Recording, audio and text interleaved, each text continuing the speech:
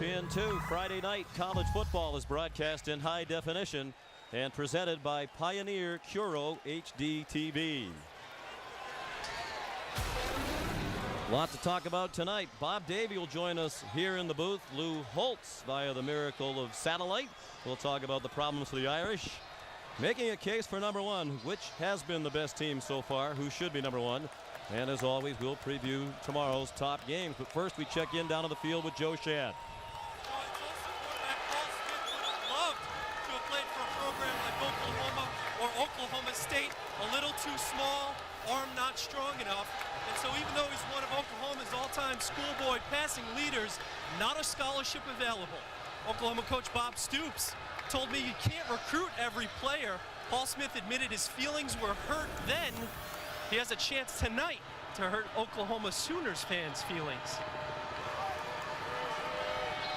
He has been terrific helping to rebuild this Tulsa program. Tulsa won the toss and deferred, so Oklahoma will receive. One of the most dangerous kickoff men in the country, back deep, Reggie Smith. Oklahoma is 8th in the nation in kickoff returns, averaging 29 as a team per return, and Tulsa's had trouble with their kickoff. They used 3 different kickers to kick off last week against BYU. They'll start tonight with Jared Tracy. And this in-state rival is underway. Joaquin Iglesias. Across the 30 and out at the 32. Let's meet the Oklahoma offense, introduced by 2003 Heisman Trophy winner Jason White. The Sooner offense starts with quarterback Sam Bradford. He's completing nearly 80% of his passes and broke my consecutive completions record 2 times. The receivers are big and fast. I would have loved to throw to Malcolm Kelly. The line is huge, averaging more than 320 pounds. It's the biggest in school history.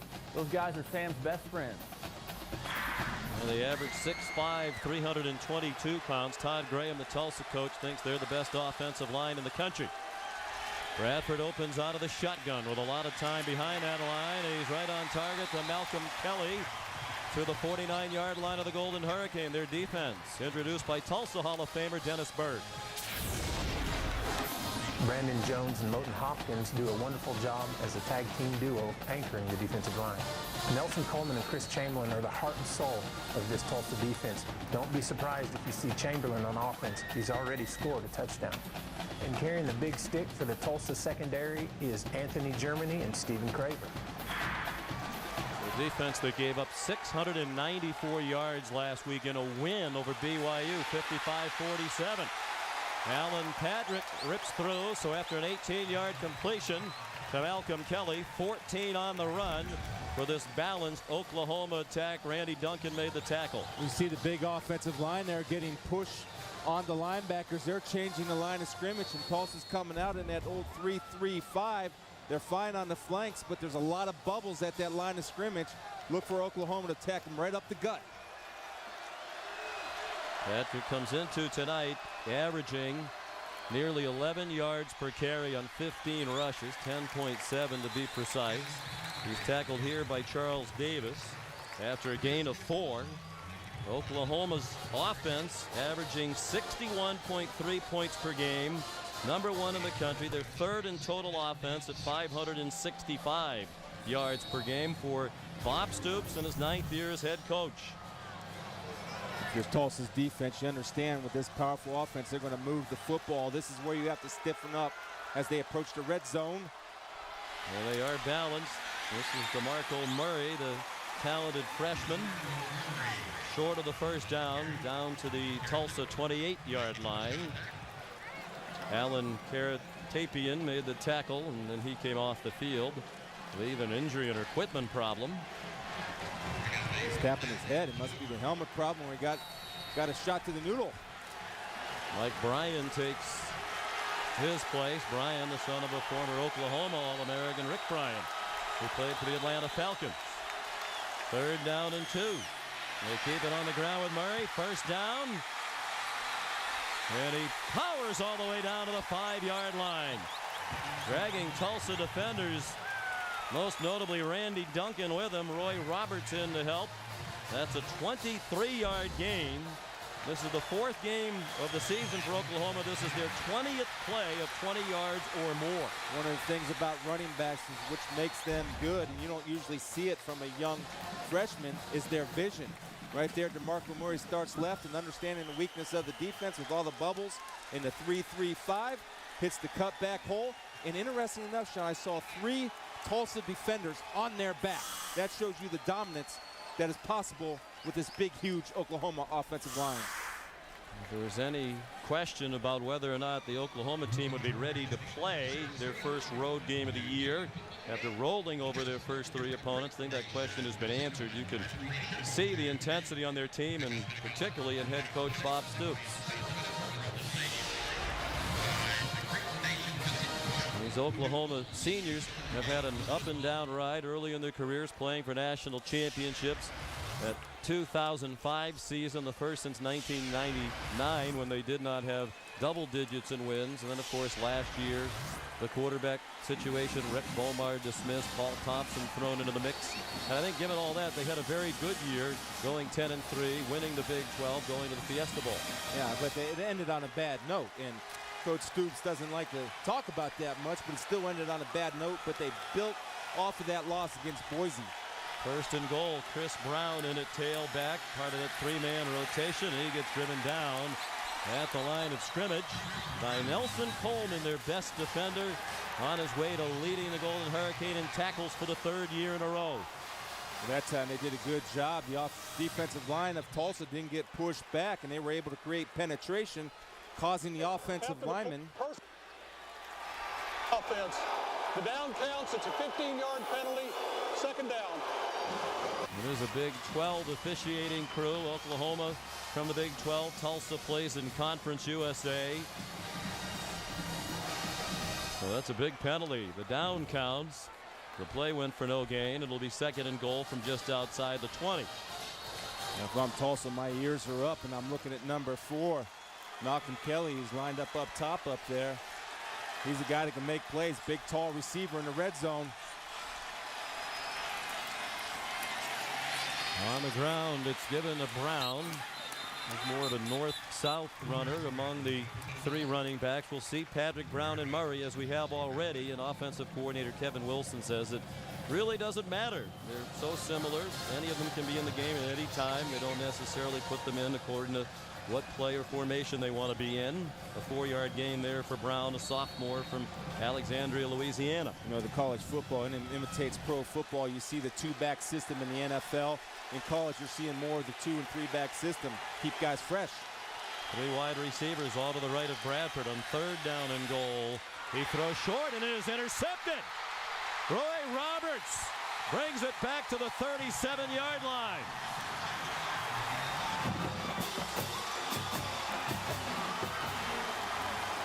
And looks like he pulled a hamstring in the process. That's a tough loss for them. If he's their best cover corner, he was going to match up with Malcolm Kelly. Roberts 1, Bradford 0. Bradford looked at Kelly the whole way. He's going to run a little hitch route right here. Roberts jumps it because he's reading the quarterback's eyes. He's not even looking at Kelly. He's reading the quarterback's eyes. He does a good job of going up and finishing. Now, if Sam would have been a little bit more patient, he had Manuel Johnson running to the back corner of the end zone. He had 6 points, but he made up his mind before the ball was snapped. A young quarterback mistake right there. So just the 2nd interception thrown by Bradford this year as compared to 11 touchdown passes. But the big story for Tulsa, the injury to Roy Roberts. As Chris said, the plan was for him to match up as often as possible tonight with Malcolm Kelly, and that doesn't look good. 6th career interception for the junior from Ardmore, Oklahoma. Last week, he brought one back 49 yards for a touchdown against BYU, his first career touchdown. See right there, when a guy pulls a hamstring, you know it right away. See, he goes to the back of his leg. Usually you don't see that in the beginning of the game. Guys are usually warmed up, especially those DBs. All those muscles are loosey-goosey, ready to go. He's not loosey-goosey enough. So now Tulsa on offense, and they've been prolific in their 2 wins over Louisiana Monroe and BYU. And here's one of the skills of Paul Smith. He took a shot in the back from Curtis Lofton after a 3-yard gain. The offense introduced again by Dennis Byrd. From Wausau, Oklahoma, Paul Smith will lead the offense, one of the nation's finest quarterbacks. Leading a very talented backfield, Terry and Adams, multi-dimensional player, is able to catch the ball out of the backfield, as well as having the speed to stretch the field vertically. And anchoring a very large offensive line is Justin Morsick. And Smith showing his elusiveness again.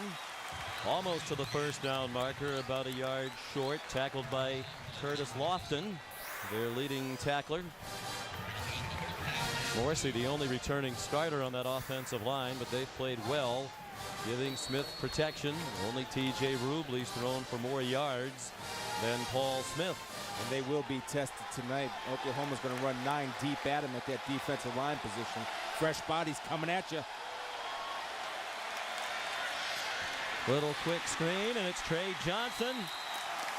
Part of 4 very talented freshman big playmakers on this offense. A gain of 7 and a first down. The Oklahoma defense introduced by Jason White. The Sooner defense leads the nation in tackles for loss, thanks to the hard work of the guys up front. Middle linebacker Curtis Lofton in Oklahoma, just like me, leads the team in tackles. And the secondary has 2 Thorpe Award candidates, including cornerback Reggie Smith. Second in the nation in total defense, giving up under 180 yards per game. Terry and Adams on 1st and 10 from the Oklahoma 48, got a yard. Ryan Reynolds, the linebacker, made the tackle. Smith 19-9 in his career as a starter. As Joe Shad told you, is from Oklahoma. Not recruited by OU, despite the fact that he went to their camps. And he said, hey, I was 6'1", 165 pounds coming out of high school. Smith has a man wide open, first down and much more. Jesse Meyer. Inside the 20 to the 19-yard line, where Marcus Walker brought him down.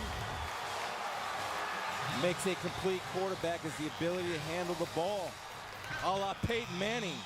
Then when you have a guy wide open like that, you throw strikes. And right there, Paul Smith delivered the strike to Meyer.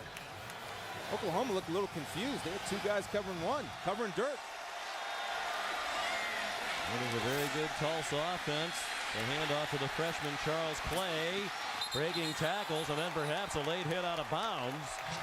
Ryan Reynolds got him across the boundary, and then there was some late polish over there from Austin English. But no flags down. He's out of bounds at the 15. He'll need 6 more on 3rd down. Again, anytime you have an aggressive defense, any misdirection that you can use. Ooh, that could have been a little late. Just a little. Well, he put a move on Reggie Smith, the All-American, gave him the leg and took it away. Smith. In the end zone, caught. Touchdown, Tulsa. Jess Meyer again, with Wendy Holmes in coverage.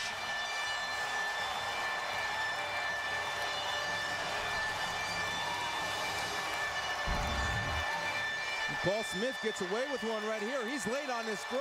He missed him late, but he still has the ability and a strong enough arm, throwing across his body, deliver it on time. Again, confusion in the Sooner secondary.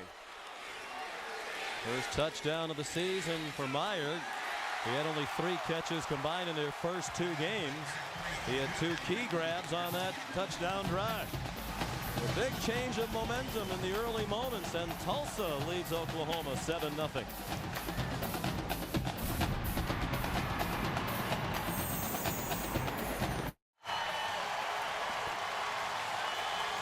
Well, Oklahoma took the opening kickoff, marched down to the 5-yard line. Todd Graham, a timely timeout.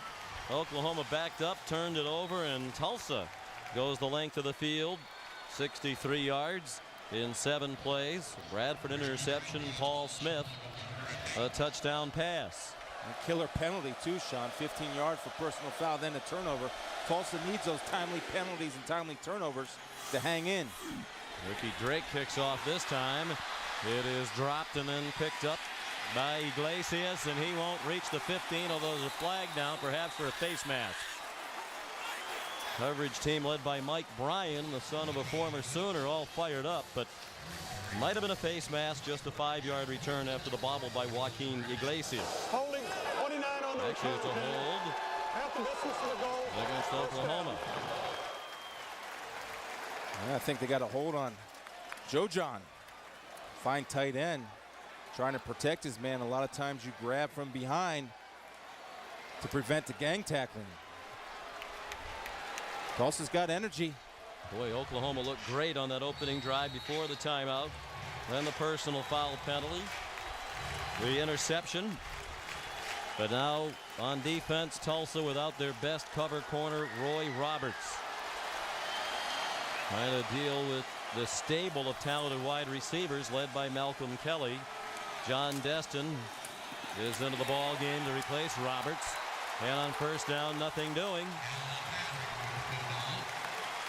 Alan Patrick wrapped up by Brandon Jones. There's Destin, a junior from Belgrade, Florida.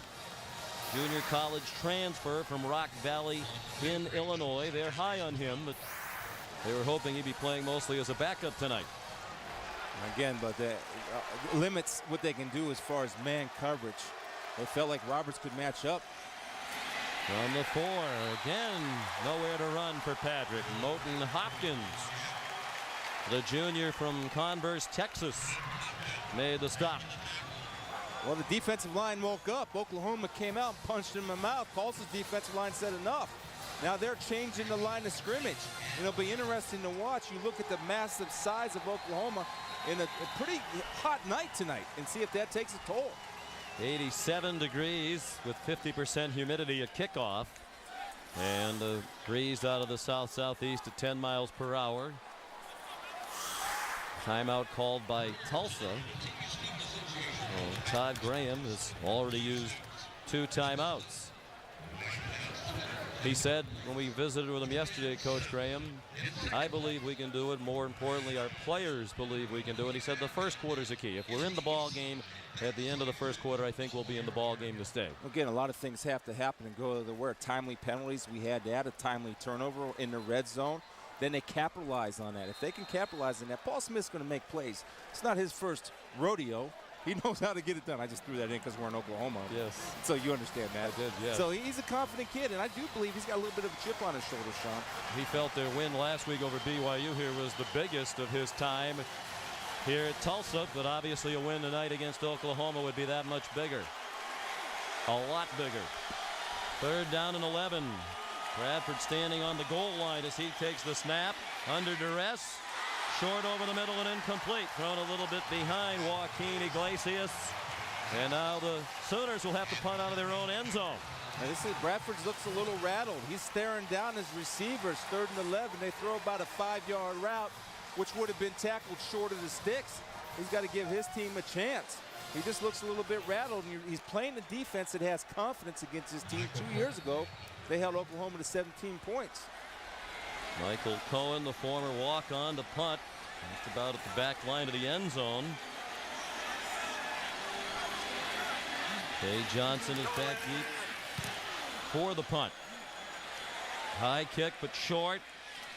And Johnson a fair catch at the 47-yard line.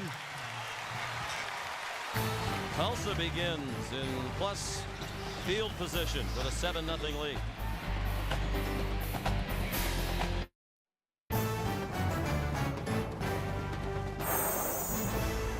ESPN's College Football Primetime, brought to you by Volkswagen. When you get into a Volkswagen, it gets into you.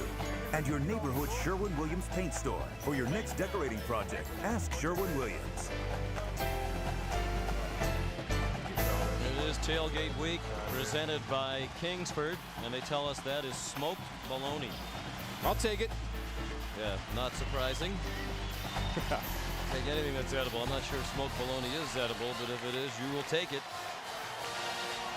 Tulsa 7-0 lead and beginning this possession in Oklahoma territory at the 47-yard line. Paul Smith. Great elusiveness, then threw it up for grabs and almost intercepted.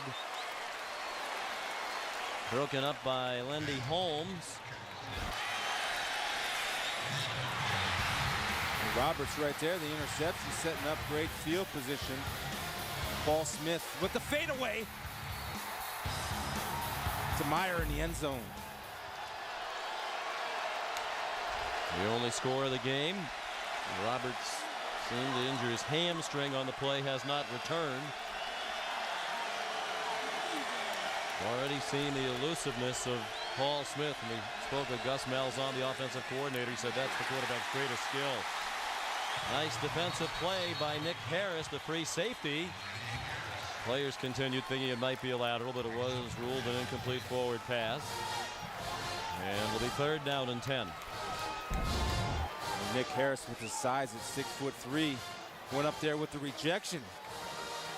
A good read by Nick to pull off of his blitz and recognize the quick passing route, getting the big paw in the throwing lane.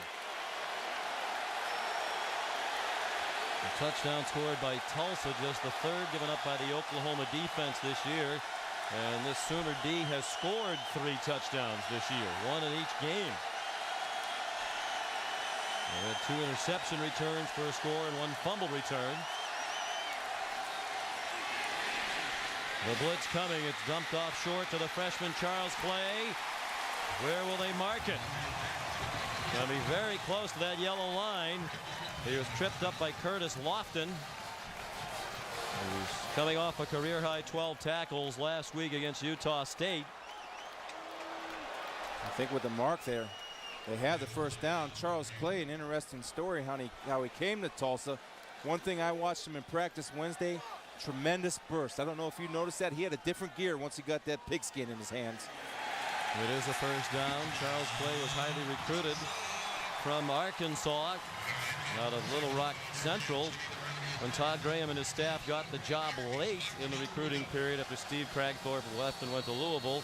Gus Malzahn, who had coached in Arkansas a long time in high school and last year for the Razorbacks, made contact with Clay but never got his phone call returned about 2 weeks before the signing day. Here's some trickery as they lined up Smith out wide, and now he throws off the flip and incomplete in the end zone, looking for Jess Meyer. That's kind of textbook Gus Malzahn. Gus Malzahn said, yeah, I didn't get a call back, and I've known the family and parents for a while and Charles Clay, so I figured he just wasn't interested. 1 hour before the signing deadline, Charles Clay called the Tulsa coaches and said, I'm just calling you back. If you still have that scholarship for me, I'd like to come. He decided he wanted to play in this wide open offense for Gus Malzahn and bypassed Arkansas and Miami, among others. Just to see the smile on Coach Malzahn's face telling that story. If you're a true freshman, I'm telling you, if you're playing at this level and a high level that he's playing at, he's a special football player. On 2nd and 10, he's sacked. First sack of the night for Oklahoma. DeMarcus Granger leading the way. It's a defense that has averaged 3.3 sacks per game, 12th in the nation through the first 3 games of the year. Again, that's what they do. Brett Venables, the defensive coordinator, rolls a lot of guys in. Granger was in the coach's doghouse a little bit, has worked his way out. And when you have fresh bodies with that size and athleticism, it's tough to match up for the smaller, less experienced Tulsa offensive line. Granger's the cousin of Danny Granger of the Indiana Pacers, the strongest player on their team. He benches nearly 450. Smith throws, and it is juggled and still caught right at the 1st down line. Boy, it's Jesse Meyer again. And where are they going to spot it? He was battling for forward progress on the 1st down. Those defenders led by Marcus Walker trying to pull him back. Not many guys can throw across their body like Paul Smith. Again, his vision, being patient, gets his shoulder square to his target and is able to deliver the football. And right here, Meyer, great job knowing he's going to get popped. And this is disturbing. You see 8 or 6 Oklahoma defenders right there. Meyer's not on the ground. You got a receiver carrying around 6 defenders. You better wake up. That's ridiculous. Wake up, Oklahoma. Get them down. Get physical, baby. Called by Tulsa. Their last. With 6:50 to go in the 1st quarter, Todd Graham knows how important it is for his team to get off to a good start. He's using all of his timeouts to try to help them do that. Smith winded on this warm night. A great weekend of college football tomorrow, 3:30 on ABC. Number 10 Penn State facing one of the toughest games on their schedule. They're at Michigan. Most of the Nittany Lions' tough games are at home this year. The Nittany Lions have lost 8 in a row to Michigan. A lot of people have the Nittany Lions in the national championship picture. You see, Anthony Morelli's got to continue to improve and get better. If he plays better, got as good a chance as anyone. Got Ohio State at home at night. Very successful. Here's Joe Shad. Sean, following up on your Penn State Michigan thought, Chad Henne is available for tomorrow's game as a Michigan quarterback, but he's not going to start. It will be the true freshman Ryan Mallett. Mike Hart told me he has a little bit of concern about the exchange between center and quarterback and him. Whistles before the snap on this 4th down and 1 play, and a timeout called by Oklahoma. Bob Stoops and Brent Venables didn't like the way their defense was aligned against that formation. Sean, I just want to go back to my point about the wide receiver holding up 6 defenders, and I get excited about that because there's no way that a wide receiver, when you're a defender, you take the ball carrier back because of the spot. That officials, they don't bat 1,000%. You get his rear end, you pick him up and take it back. And plus, nobody came for that football. The 2nd, 3rd, 4th, and 5th man didn't come in striking at that ball. This tackle was secure. You got to start getting violent. And I know an Oklahoma defense when I see it, and they're a little bit shaken right now. They've had a couple blown coverages, and when I don't see receivers going to the ground, if I'm Brett Venables, I call a timeout. Co-defensive coordinator along with Bobby Jack Wright. Venables does most of the defense calling during the game. One of the best assistants in the country. He was a finalist for the Frank Broyles Award last year to the top assistant coach in the nation. So here they come again. A big 4th down and 1. Tulsa just inside the Oklahoma 28, trying to build on a 7-0 lead. Chamberlain at linebacker, playing running back. Yeah, they direct snapped it to him. I don't think he made it. This is the Wildcat formation. He did not make it. That Gus Malzahn introduced as the offensive coordinator at Arkansas last year, when he'd line up in the shotgun with Darren McFadden taking the direct snap. And they did not get it. Oklahoma takes over on downs. It's a big stop for Oklahoma. Again, Lofton protected as the middle linebacker comes free through the hole. Linebacker on linebacker. One linebacker has the ball in his hands. It's not used to having the ball in his hands. I take the linebacker making the tackle, and he won. Good job by Lofton stepping up and beating the play behind the line of scrimmage as opposed to catching.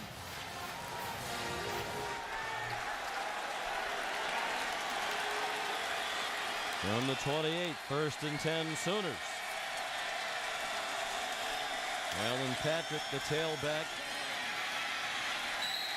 And he's tripped up after a gain of 2 by Steve Craver, the Bandit. Senior from Hurst, Texas. One of the very few players on this Tulsa team who was recruited by Oklahoma. Craver originally signed with Nebraska out of high school where his brother played. Didn't qualify academically, went to junior college and wound up here at Tulsa.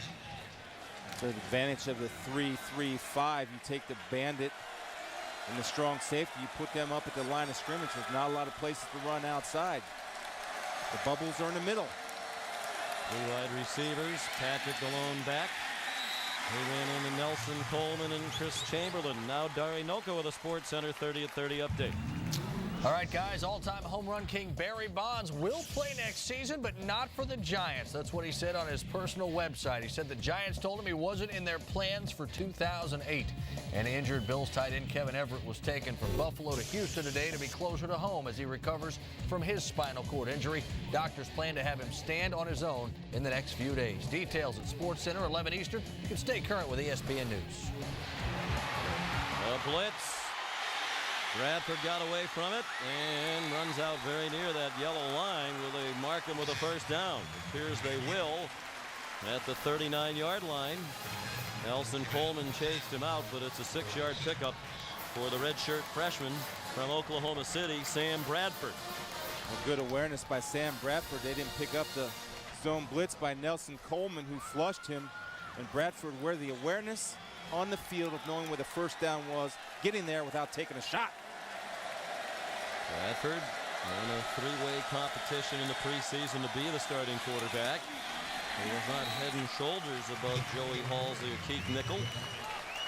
coaches felt with his poise, he was best equipped to start the year, and it's been demonstrated with his play. They made a good decision. DeMarco Murray tackled by Chris Chamberlain after a gain of 2. And this is where Tulsa's defense has to stay patient. They know that this is a powerful offense. Great skilled players are going to make their plays. Just keep your gap integrity. Everybody has a job in an area to protect. Protect it with everything you have. Larry Roberts still has not returned to the field for Tulsa. The defense fights on without him. Iglesias taken down by Charles Davis, and here's Joe Shad. Sean, it does not look good for Roy Roberts. Tulsa does not reveal injury information, but they have tried everything. They've tried to stretch out that right hamstring. They've tried to ice it. They now have it wrapped in a huge ice pack. This game was so important for Roberts. You know, his cousin, Jermaine Gresham, is an Oklahoma tight end. And they were very close. He was really looking forward to playing against Gresham. And the Sooners made a key play early, but might not return. Bradford hit it, he throws, but got it to Iglesias for another first down. Another third down conversion. Nelson Coleman was rushing the passer, but Bradford hung in there, got it to Iglesias. 4-5. Iglesias, their leading receiver through the first 3 games with 19 catches, averaging 16 yards per reception. Yeah, a good route runner. Again, other options, but Oklahoma's offensive line better figure out how to block a zone blitz, or Bradford will be taking about a bottle of Advil on the drive back to Norman. He's only been sacked a couple of times this year, but Kevin Wilson, the coordinator, says he's taken way too many hits. He throws it up deep. There's a flag down. Some bumping along the near sideline between Joaquin Iglesias and Charles Davis. Take a look here. We'll see Charles Davis right there. You got to keep your hand off. Number 24 on the defense. That's a 15-yard penalty from the previous spot. First down. I'm usually pro defender on that, and Charles, you're in great position. You don't need to do that. Look and lean, baby. Slap his hand. You don't need to go bump him. You're on top of him.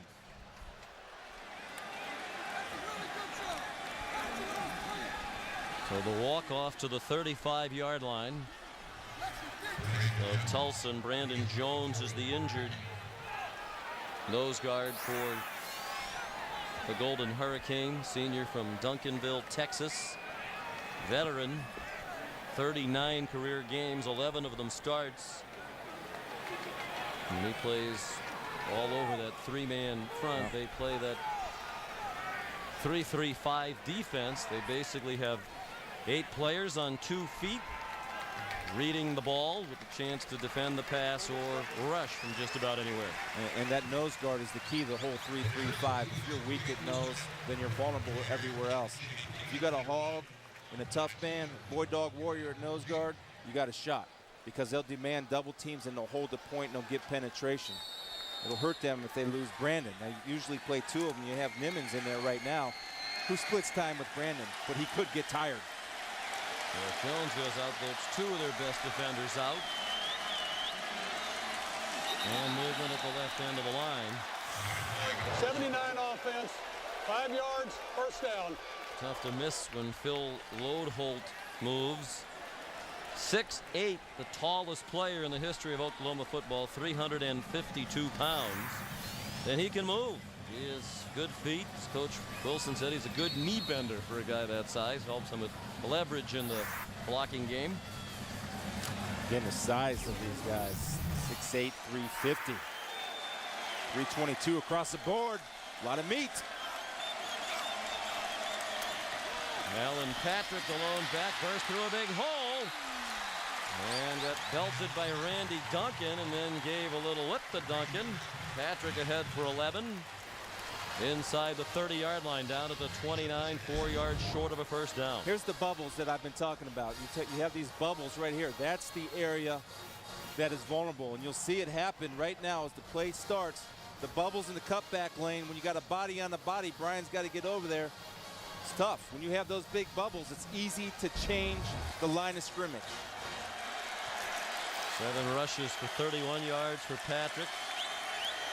3 tight ends in the game for Oklahoma. Patrick, a nice bounce outside. First down. Touchdown. You know, he high-stepped awfully early, and you wonder if he thought he was in the end zone when he was at the 5-yard line, because the goal line is a different color and very hard to see. It's a very faded gold, where the other major lines on the field are all white. And I don't know if he knew he was in the end zone when he started doing this routine. Yeah. Randy Duncan threw the no-hitter. That's good in baseball, bad in football. Randy Duncan had him in his sights, and you see the nice little shake and bake, shimmy it for Alan Patrick. I don't think the coaches like his version of the Rockettes either. Extra point up and good from Garrett Hartley, one of the best kickers in the country. And Oklahoma, after a 4th down stand, drives the field and gets the tying score. 3:20 to go in the first half, 7-all.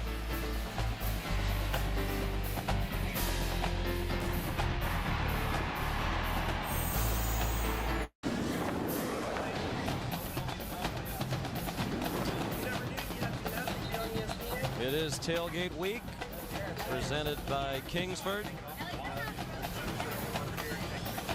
College football primetime on this Friday night. Oklahoma and Tulsa tied at 7. Alan Patrick, the star of that drive. He rushed for 44 yards, including the 29-yard touchdown. Carried 4 times on that possession. 7 out of the 8 plays on the drive were rushes. Oklahoma started off that turnover. Their turnover meaning the 4th and 1 stop that woke up their defense. If Oklahoma gets that running game going, that's when Malcolm Kelly, Iglesias, they get going. Oklahoma is balanced. 12th in the nation in passing and 13th in rushing. Coming in. Garrett Hartley kicks off. Down to the goal line to Brennan Marion. And he decided to stay in the end zone. Ooh. Only a yard or 2 deep. Once again, here's Dari Noka. All right, guys, so we're enjoying OU and TU on ESPN2, but over on ESPN, you can watch a little baseball. Braves leading 1-0 on the Brewers, who need to win to stay within a game and a half of the Cubs in the National League Central. Atlanta trying for a 6th straight win. They're still not out, 4.5 behind the Mets. That's what's on ESPN. All right, Dari, thank you. Excellent football action tonight here on ESPN2.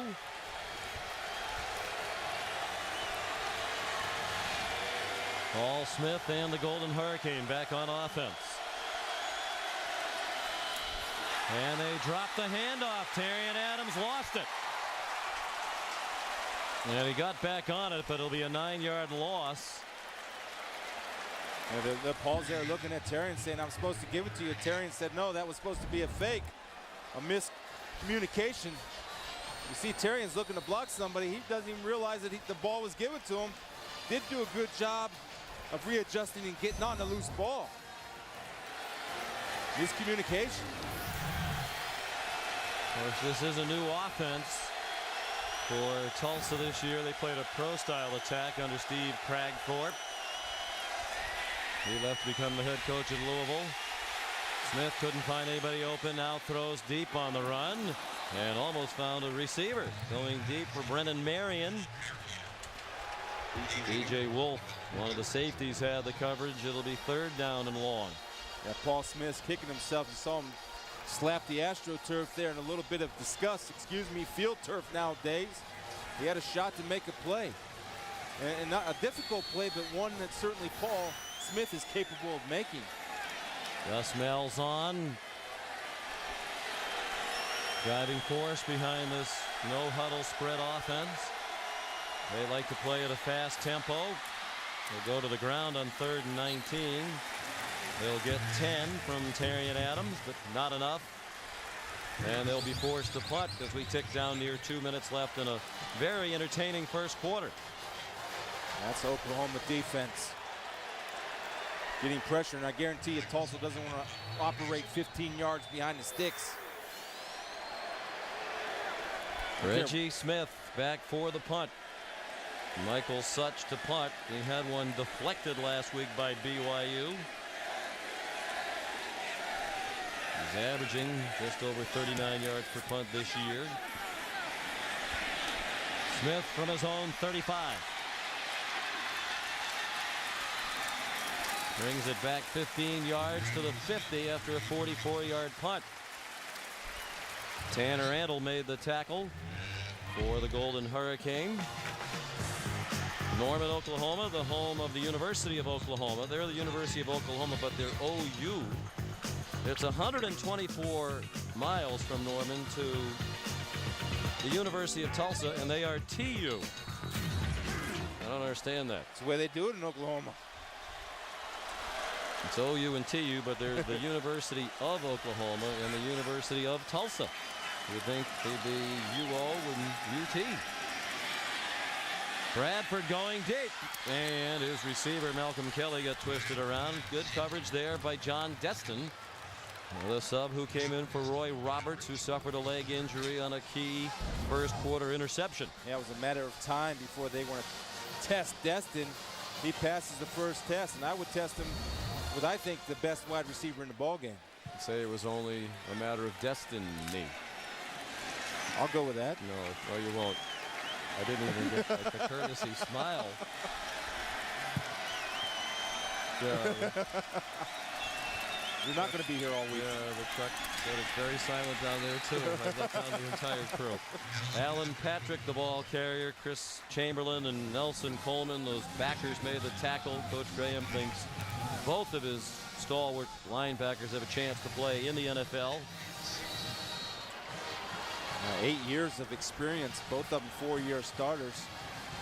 They have to play big. This is their signature game. It's one they'll take with them for the rest of their lives. If they can pull the upset, let her loose. Todd Graham actively involved in calling the defenses. He was the defensive coordinator here for 3 years. Great pump fake by Bradford, and his man is wide open. It's Iglesias. Touchdown. That was the setup. They've been setting that up. Why? I'll tell you why they set it up, because Roberts picked the same hitch route off. So what do? You come back, you fake the hitch. Charles Davis says, I want to be a star. You better be sure if you're a corner, if you want to be a star, and you jump this. It wasn't even that big of a fake. Charles Davis attacks, and Iglesias does a great job, an outstanding job of maneuvering his body, avoiding contact with Charles Davis, and just waiting for the ball to go to the promised land. Joaquin. One time. Malcolm Kelly is the headliner among the receivers, but Iglesias is having a prolific season as well. 46-yard touchdown pass, Bradford to Iglesias. Partly the extra point, and Oklahoma leads for the first time tonight with 52 seconds left in the first quarter. And Todd Graham saying, yep, you don't really want to bite on that pump fake like that, right. Charles Davis. And Charles Davis really, he wasn't even looking at the quarterback. He was playing Joaquin Iglesias man to man. But he's got to be disciplined. You want to make sure you keep that ball in front of you. They're going to go back to that now because, again, that was set up by the interception by Roy Roberts when Malcolm Kelly ran a hitch and Sam Bradford was looking right at him. Well, we'll try it the other side and see if Charles Davis got a little excited, saw touchdown. Instead, he saw Iglesias in his heels going into the end zone. When we spoke with Todd Graham, he said we have a lot of very good players. The biggest difference between us and Oklahoma would be depth. You know, they have a lot of depth everywhere. We don't. And when you lose a guy like Roy Roberts very early in the game, you know that sooner or later that's going to have an effect. Well, and you have to see if that's going to have an effect on Todd Graham and what defenses he can call. When you lose your best cover corner, that certainly can affect your game plan and how you attack Oklahoma's offense from a defensive standpoint. Todd Graham's had an interesting history, particularly recently. 3 years here as the defensive coordinator under Steve Kragthorpe, 2003 through 2005. Roberts still on the bench and showing no signs of returning. And last year to Rice as head coach for 1 year, took them to a bowl game for the first time in 45 years. Then when this job opened, he returned to Tulsa as head coach. Brennan Marion brought back the Hartley kickoff, 20 yards. And Tulsa, trailing for the first time tonight, will start this possession at its own 21-yard line as Gus Malzahn calls the plays on the sideline. Well, they need positive yards. I mean, I know that's an overstatement. They need positive yards on first and second down. They can't be playing at first and 20, first and 25, second and 30. They got no shot.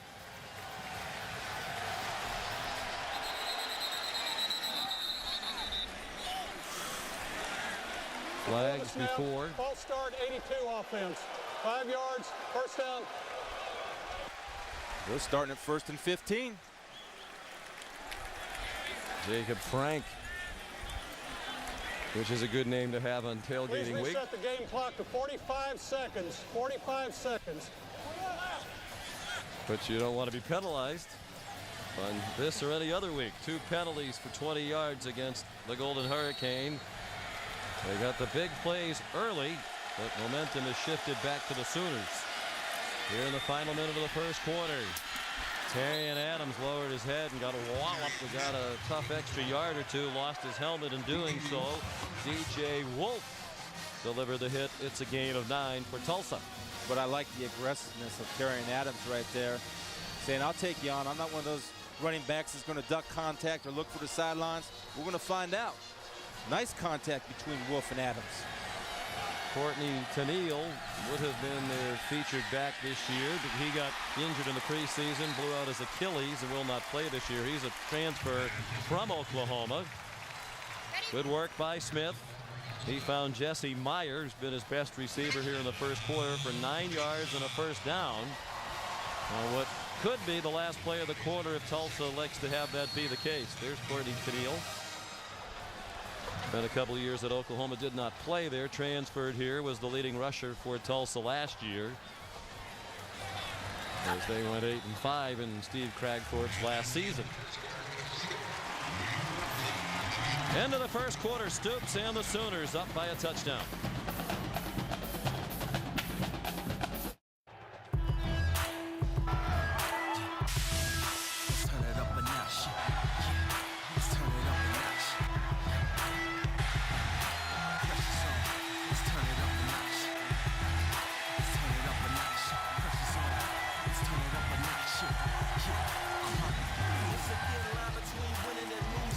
And welcome back to Tulsa. The Golden Hurricane grabbed the early lead, but Oklahoma came roaring back with 2 touchdowns. They lead 14-7 as we go to the second quarter. 1st and 10 for Tulsa.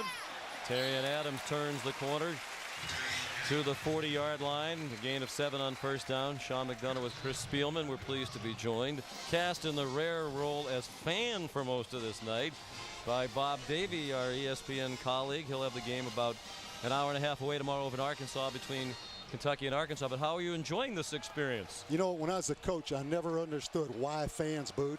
After being a fan, I can see why. I mean, you spend all that money, you fight to find a place to park, then you finally get your seat, you can't see anything. So if I coach again, I'm going to give them the green light, man. They sacrifice a lot, these fans, to get to these games now. Adams in trouble and swarmed under back behind the line of scrimmage by Reggie Smith. You were telling us during the break between quarters you couldn't remember the last time you'd actually just sat in the stands as a fan. Yeah, I don't think I've been on the sidelines really since the Notre Dame game. And I think the thing that jumped out at me being down there, just the eye test, Chris, between these two teams. I mean, Oklahoma compared to Tulsa on the hoof, how they look, height and weight, it's unbelievable now. Oklahoma is a great looking football team. Coach Graham said, you know, he didn't want to look at that team during warm-ups. That's exactly right. And they passed the eyeball test. The all-bus team, and they take it to the field. You know, and the same thing's true for Bob Stoops. Don't look down at Tulsa in pregame, because you have a tendency to get overconfident now. Play clock running out. Smith needs to snap it on 3rd down and 10. They just did beat the play clock. He had a couple receivers open, and that one is juggled and then intercepted. Picked off by Ryan Reynolds after Trey Johnson couldn't come up with it. There's a true freshman that has a chance to make a play. But Reynolds doesn't give up. He's breaking on the ball from his linebacker. Paul Smith trusts his arm. He could have ran for that first down, but he's going to trust his arm and trust his receivers. He's got a chance to make something happen. Reynolds running to the ball, turning into the lumbering fullback once he gets his hands on the rock. And you see how difficult this Tulsa offense is to just consistently defend, Chris, because they spread you out all over the field. And then Paul Smith is a runner. And like you said right there, I mean, he really could have run for some yardage. He's counting on his guys to make plays. I mean, the problem that Tulsa has is their youth at wide receiver. It would have been a tough catch, but one that he's certainly capable of making. Marcus Granger is the injured Sooner, defensive tackle, sophomore out of Dallas. There were actually a couple receivers open too on the last play. He had a receiver open right in front of the Tulsa sideline. You know, I think the other thing you see being down there, just the dynamics of a team that really has nothing to lose in some ways, Tulsa. Just how loose they are, how they call plays, they kind of let it rip. And then on the other side, it's Oklahoma, who doesn't seem real excited, but let's face it, a lot more pressure on Oklahoma, obviously, than there is Tulsa. I think it's welcome pressure for Oklahoma. And I know, and anybody knows that, look, you look at this football team in Oklahoma, as far as balance as offense, defense, special teams, but you match their skilled people up with anybody in the country as a group or a unit. I had a chance to go out and see California and Tennessee, and California skilled people from the quarterbacks to the receivers to the running backs. There's not a weakness, and that's what's familiar with the Oklahoma offense. Well, I think you talk about Oklahoma, and I did their spring game. The thing you see, Oklahoma, what separates them from the other four, they have a chip on their shoulder. You look at LSU, Florida, USC, they all won their bowl game.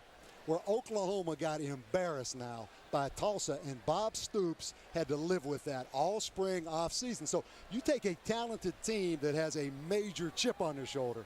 That's why you better watch OU now. Yeah, when the subject of the bowl loss in the Fiesta Bowl to Boise State came up in our conversation this week, he bristled at it. He said way too much has been made about that. He said Boise State was a very good football team, and for a lot of last year, people were saying we weren't a very talented Oklahoma team. He said, I thought we accomplished a lot last year that got lost because of the ending. He made a good point about Boise State. He said, all year people said, they're really good. They don't get enough credit. Then they win a game. Everybody says it's a huge upset. Man, Chris knows. Don't underestimate from January, February, March, off-season conditioning program, all those things.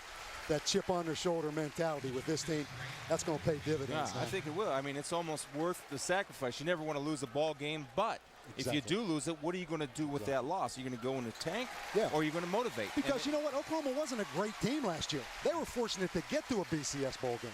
So I think you make a great point there. I mean, all of a sudden, if they win that game, they start thinking they're a little better than they are. They almost had to go back and start over with a bunch of young, talented guys now. And I think Coach Stoops, the fact that he reacted like he did, it was a big deal.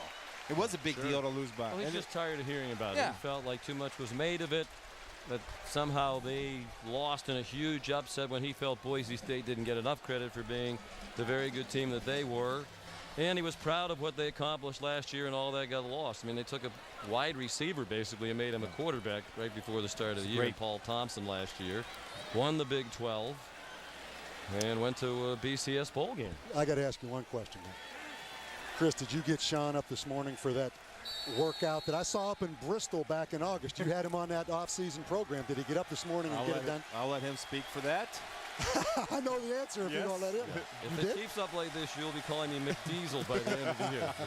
I am definitely a convert to the Spielman workout program and my strapping 5'9", 170 pounds. Alan Patrick, the ball carrier on first down for Oklahoma after the interception. Well, you saw the numbers. You know, it's very early in the season. Oklahoma's ranked very impressive in the top 3 in both offense and defense in total yardage. But some will say, you know, they haven't played a very hard schedule. I think a lot of people have a lot more respect for Miami and the Sooners win over them after what the Canes did last night to Texas A&M. Bradford dumps it off short to Patrick. 2 spin moves, brutal tackling. And finally, John Destin gets him down near the 15-yard line. If they're going to whiff like that tackling all night, it will be a short night. This will be over quickly. Again, this is the Alan Patrick. Sam Bradford makes the correct read, but circle X. Spin move on PlayStation. You know, Sean, I talked to Bob Stoops about his team because the points you made, they really haven't played anyone. But Bob Stoops knows. He loves the chemistry of this team. He said regardless of who they put in against Utah State, no blown assignments. So from top to bottom, they're well coached, and he loves this team. And to me, that says it all. If Bob Stoops puts his stamp on a team early. Well, it says something about the depth, too, and that's the luxuries that the USCs, Ohio States, LSUs, Oklahomas have. I mean, when their guys, their replacements come in, it's not like they're tweeners or guys where Oklahoma's the only Division I offer that they have. Yeah. I mean, they're recruiting All-Americans to become All-Americans. And don't think the Tulsa kids, don't know that too. So when they came out early, Tulsa, they didn't really think they had a chance. But then that first touchdown led them to think they had a chance. You have to wonder where they are right now, mindset-wise. Chris Brown carried for 2 on first down. Now Bradford throws short. Malcolm Kelly breaks one tackle and gets near the first down marker. Steve Craver knocked him out. Bob Stoops has reason to be very positive about his team, and he said, to this point, 3-0, we've probably played as well as any team I've had. He said, but all the best teams that I've had got better as the season went along. That will be the challenge, but he has a very good-looking redshirt freshman quarterback, 3 outstanding running backs, a terrific group of wide receiver, maybe the best wide receiver in the country in Kelly, one of the best offensive lines in the country, and they say that the tight end group is the best position group on the offense. Other than that, they got a lot of holes. Murray, a touchdown. Well, one of the things that suffers is because of the 20-hour rule is technique and tackling, and I've been preaching this for 2 years. Tackling stinks. John Destin has a chance to come up here and make a play. The problem is he goes low, puts his head down, and tries to tackle the ankles. You have to tackle high, see your target, make a shot. You're going to see John Destin come unblocked. Chance to make a play. Loses his footing. You're a defensive back. You can't lose your footing. Come up and whack him. I agree with you 100%. And the problem Tulsa has, their defense practices against that spread, wide open offense every day in practice. They never get a chance to line up and be physical. Marco Murray, a 4-yard touchdown run. And the Sooners lead 21-7.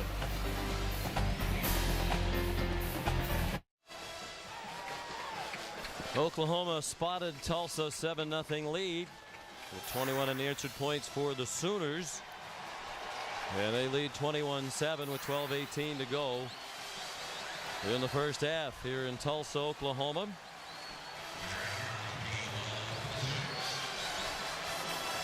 As Oklahoma tries to make a claim for #1, Notre Dame trying to avoid the distinction of being the worst offensive team in the country, at least statistically to this point. That's what they have been. Last in the nation in points, total yards, and rush yards. They've had 39 offensive possessions this season and have not scored a touchdown. Each of the other 118 Bowl subdivision teams have scored at least 2 offensive touchdowns. Here's Charles Davis bringing back the Garrett Hartley kickoff to the 23-yard line. Sean McDonough, Chris Spielman, one former Notre Dame coach, Bob Davie, nice enough to join us here in person. And we welcome in another former head coach of the Irish from our studios in Bristol, Connecticut, Lou Holtz. Good evening, Coach. How are you? I'm doing fine, thank you, gentlemen. Coach Holtz, how surprised are you by what's going on so far this year at Notre Dame? Oh, I think, and I'm like everybody else, you have to be surprised. You didn't expect them to be an outstanding team because they're young, had to replace an awful lot of people. But I don't think anybody, including the coaching staff at Notre Dame, expected sudden demise. But the thing that Bob will know and be able to testify to as a coach, you don't know how bad it is. You know, you may have 10 guys playing outstanding football, and it's one guy here, one guy there that screws up the play each and every time. However, now if 11 guys are fouling up, then you got some real problems. So I can't tell you how bad it is, except statistically, it is pretty bad. Bob, is it possible that the talent level at Notre Dame could be that bad? I know you coach Holtz near the end of his tenure particularly, and you have battled a lot of issues to get players to Notre Dame. There are a lot of advantages there, but there are some disadvantages as well. Is it possible the talent could be that bad? Well, Sean, I don't really think you can say that, because a year ago with Brady Quinn and Jeff Samardzija, what they have 6 or 7 players drafted.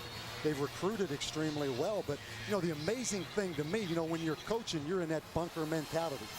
Now that I'm out in the public, it's amazing how many people talk about Notre Dame when it's going bad. You know, a year ago, I went through the same airports. They were in a BCS bowl game. Nobody said much. But now that it's going bad, particularly because those statistics are so shocking, it's amazing how many people talk about it. Couple of the big hitters for Tulsa trying to get back in the game. This one 18 yards to Jesse Myers. Had a very nice night. And it's a first down for Tulsa at the Oklahoma 48-yard line. 11-11 to go first half. 21-7 Sooners. Sean McDonough, Chris Spielman, Bob Davie, and over the telephone, Lou Holtz. 6 catches now for Meyer for 87 yards and In this no-huddle spread, Paul Smith has the Golden Hurricane up quickly. Notre Dame has been playing football since 1887. They've never started a season 0-4. They're looking at that as a distinct possibility should they lose at home tomorrow to Michigan State. Deep ball and the receiver's open. Touchdown, Brennan Marion.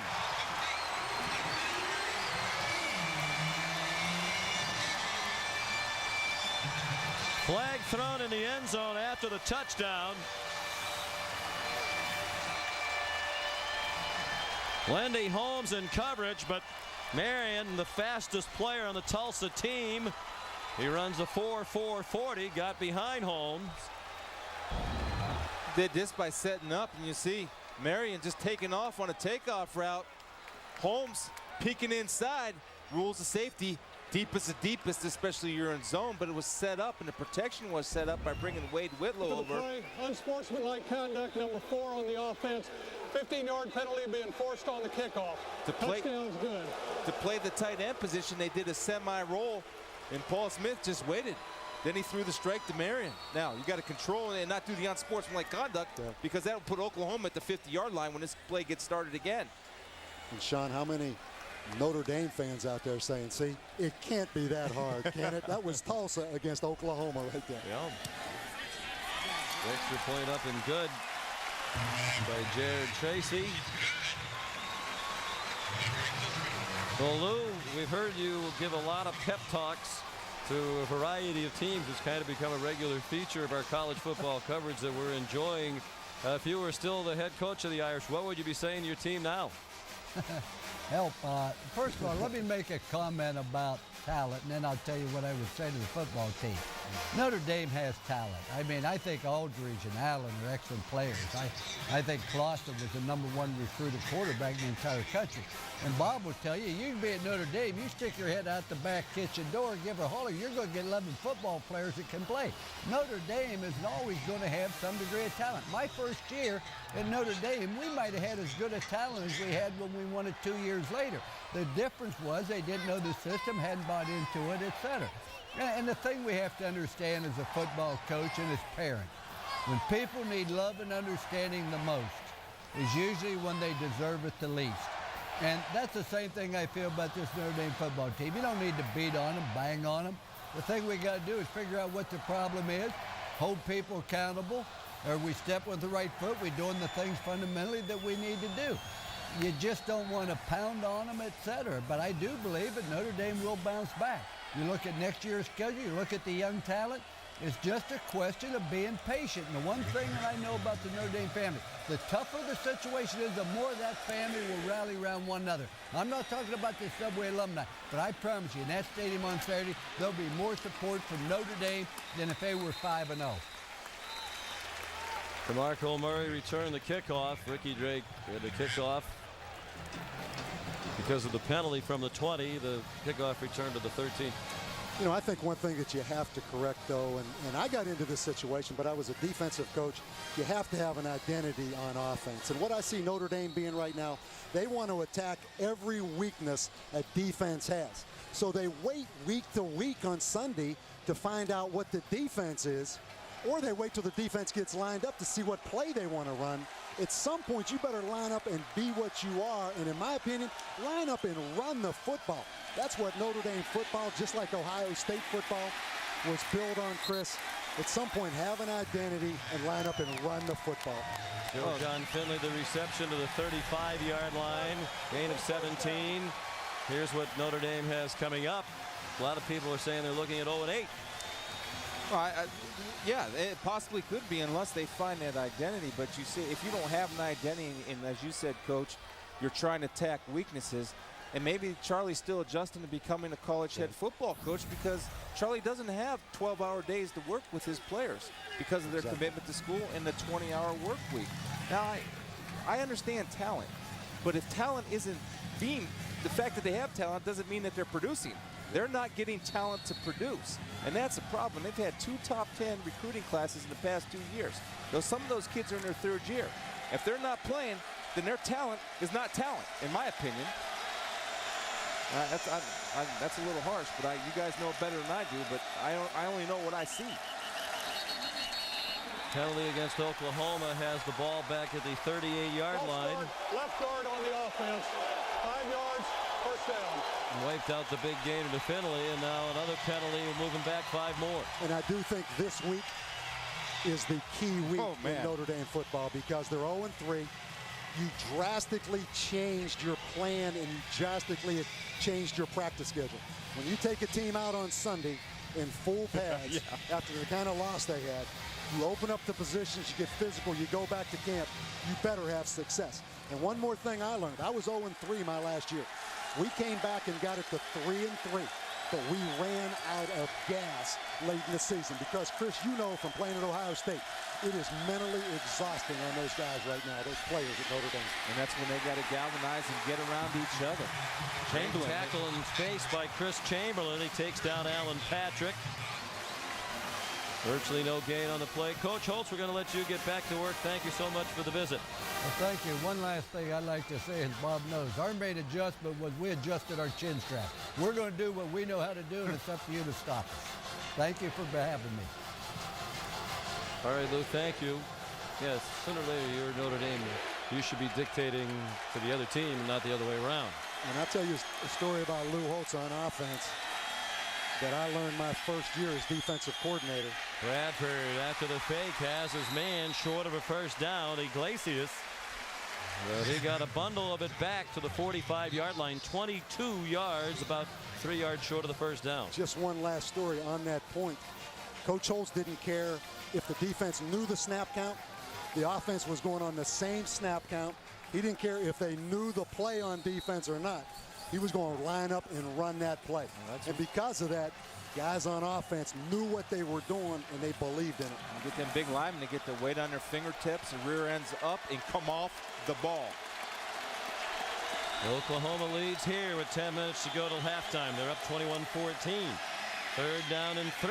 Iglesias wide open. They played off him with 3 yards to go for a first down. Destin got him out of bounds.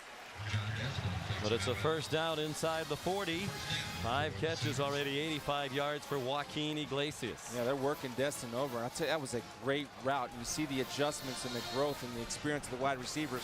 They ran the quick slant, but hold up. They didn't finish the quick slant. He turned it back into an option route, and Bradford delivers the ball before receivers are out of their cuts. It makes them more dangerous. That's impressive for a redshirt freshman to throw before the cut. Have the faith in yourself and the receiver. Might have lost a little faith on Quentin Chaney, who couldn't come up with a throw that wasn't perfect, and you saw Bradford pointing at himself. You see right here what I mean. Bradford's going to deliver the ball with the recognition of the coverage. He's throwing the ball before his receiver is taken off, and Chamberlain gets a little bit in the throwing lane, but opportunities to make plays, make it. But I love the fact, and Coach talked about this, Kevin Wilson talked about this, and Coach Stoops about the anticipation of Sam Bradford that wasn't there in training camp. But once he got to work with these talented, skilled position players of Oklahoma, he's starting to trust his arm. Then you can start delivering the ball and throwing people open as opposed to waiting for people to get open to throw the ball. Yeah, you throw them open. The thing I love about Sam Bradford, that quick release. But nobody's talking about Brett Bomar. Was that the quarterback's name last year that left before the season? I mean, it's all about Sam Bradford. We look at Kevin Wilson right there. He's done a great job now as offensive coordinator. As he says, it's a quarterback-friendly offense, but you still have to step in and execute. And Bradford has. How about his accuracy? At one point this season, he completed 22 in a row. His final 18 passes against North Texas in the opener, and the first 4 against Miami.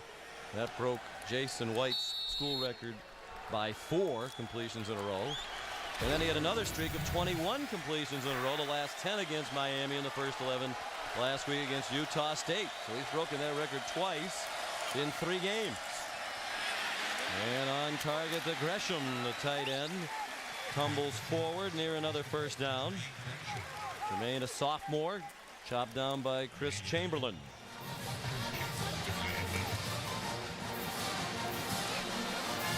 Nine yards on the gain. And another 3rd down here. 3rd down and 1. Field goal range. Gresham, that tight end's bigger than Tulsa's lineman. Yeah. I stood next to him on the field, Chris. It was unbelievable how big he is. You list him at 6'5", 263. Brown the first down to the 21-yard line. Here's Joe. Sean, Todd Graham has been pleading with his defense nonstop. Just hang in there. We're going to score points against Oklahoma. He said it over and over again. Please just hang in. We're going to score tonight. Easier said than done. Especially when you gave up 695 to BYU last week. And I'm seeing Duke Robinson at 352 pulling around like a sprinter. They need to tackle better, for sure. And they have so far tonight. Bradford off the fake. Touchdown! Jermaine Gresham. That big target Bob was talking about. 21-yard strike thrown by Bradford with Randy Duncan in coverage. And it's back to a 2-touchdown edge for the Sooners. Well, again, you're going to see Gresham right here release inside. And if you have a too deep, what they do have on, and you don't jam the inside receivers, it's too easy and there's too much pressure placed on the safeties. And the most impressive thing about that play, Gresham hold on to that football after taking a shot from Randy Duncan. His third touchdown reception of the year. Gresham had 8 catches in their win against Miami. Garrett Hartley the extra point. 8:50 to go till halftime. Oklahoma up by 14 again. Jermaine Gresham, 21-yard touchdown reception, capping a 52-yard drive in 7 plays. Oklahoma leads 28-14. They came in having made 19 plays on offense of 20 yards or more in their first 3 games. They've had 6 already tonight of 20 plus. That's 25 plays of 20 or more, and they're not even a halftime of their 4th game of the year. That's amazing. It's an amazing statistic, but what it does say is, again, the amount of choices that Bradford has, it just keeps getting better and better. Then you throw a tight end in the mix, which isn't often a big factor in college football, creates a lot of problems for defensive matchups. Charles Davis brings the kickoff back to the 30. There's Gus Malzahn, the offensive coordinator. Todd Graham saying he thinks that they're going to score. He has great faith in this no-huddle spread offense. He was a successful high school coach in the state of Arkansas, won state championships, was brought to Arkansas last year to be the offensive coordinator, but they didn't really let him run his offense. They weren't a no-huddle spread. He came here largely for the chance to run his offense, what he wants to do. Well, first of all, Sean, when you hire a high school coach and bring him in, and he brings 4 prospects with him, some who, Mitch Mustaine, maybe the #1 prospect in the country, it's going to be controversial, particularly when your philosophy as a head coach doesn't match what he does on offense, and he's going to be your offensive coordinator. So almost no chance in that scenario for that to work at Arkansas last year. So he left. Mitch Mustaine left ahead of him. At the time Todd Graham got this job, he didn't think Gus Malzahn would come here. He actually hired Herb Hand out of West Virginia to be the offensive coordinator. And he called Gus Malzahn. He said, I need a quarterback coach, preferably a young guy, good recruiter. Gus said, let me think about it. I'll call you back. A couple days later, Gus Malzahn called back and said, I'd like that job if you'll have me. And Todd Graham said, if I'm going to have Gus Malzahn, he has to be my coordinator. So he shares the role with Herb Hand. They had to find some money to pay both of them. And the athletic department did their job. Bubba Cunningham, the AD. Austin English with a 2nd sack of Paul Smith. Well, it's tough to run that spread offense down at Arkansas when you have Darren McFadden and Felix Jones. Exactly. All right, hey, boys, you go out and run some hitch passes. No, you give those horses the ball and let them do their work. And you know what? That's a fair question. And I asked Houston Nutt today, why did you hire them then? But I also the recruits. Well, yeah, but I also see Houston Nutt's side of it in that they did run this spread offense last year, Chris, early in the season. Now, I see Gus's side because they abandoned that offense after 3 games. So I do see both sides of the situation. But you almost had no chance if you're Gus Malzahn. No. Terrion Adams, the catch, went out of bounds, apparently short of the marker. It would be 4th down. And I think With the confidence that Graham has in his offense and the shaky defense, don't you have to go for this? Oh, absolutely. I think you guys just to give your defense hopefully a rest. Yeah, but here's the thing. What do? I saw them on 4th and 1 early in the game when they're up 7-0 down here. That's the problem with these offenses. What do you run? They ran quarterback counter, Chris, on 4th and 1 early in the game. They have no running game. What I do, I put trips to one side, single up a receiver, and let him work a slant. If the guy's off, if he's pressed, I run the fade and take my shot. Yeah, because you're committed to throwing it. I agree. Don't try to run it all of a sudden in the most critical situation, because you can't. Well, in 4th and 1 from their own 40, they're going to punt. After all that. Yeah, I don't understand that. You're asking your defense to hang in there because you're pretty certain they might not be able to. Your offense is your strength. You got to get in a scoring match. Then you don't try to keep the ball and score. 36-yard punt. And the other kid. It's got to be 5'11".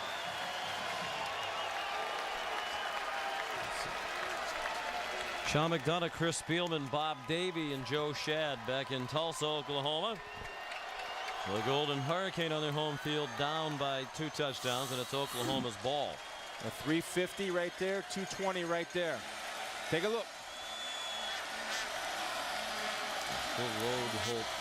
Just smothering. 350 wins. Yeah, smothering the freshman, Odrick Ray. It was a wide receiver in high school.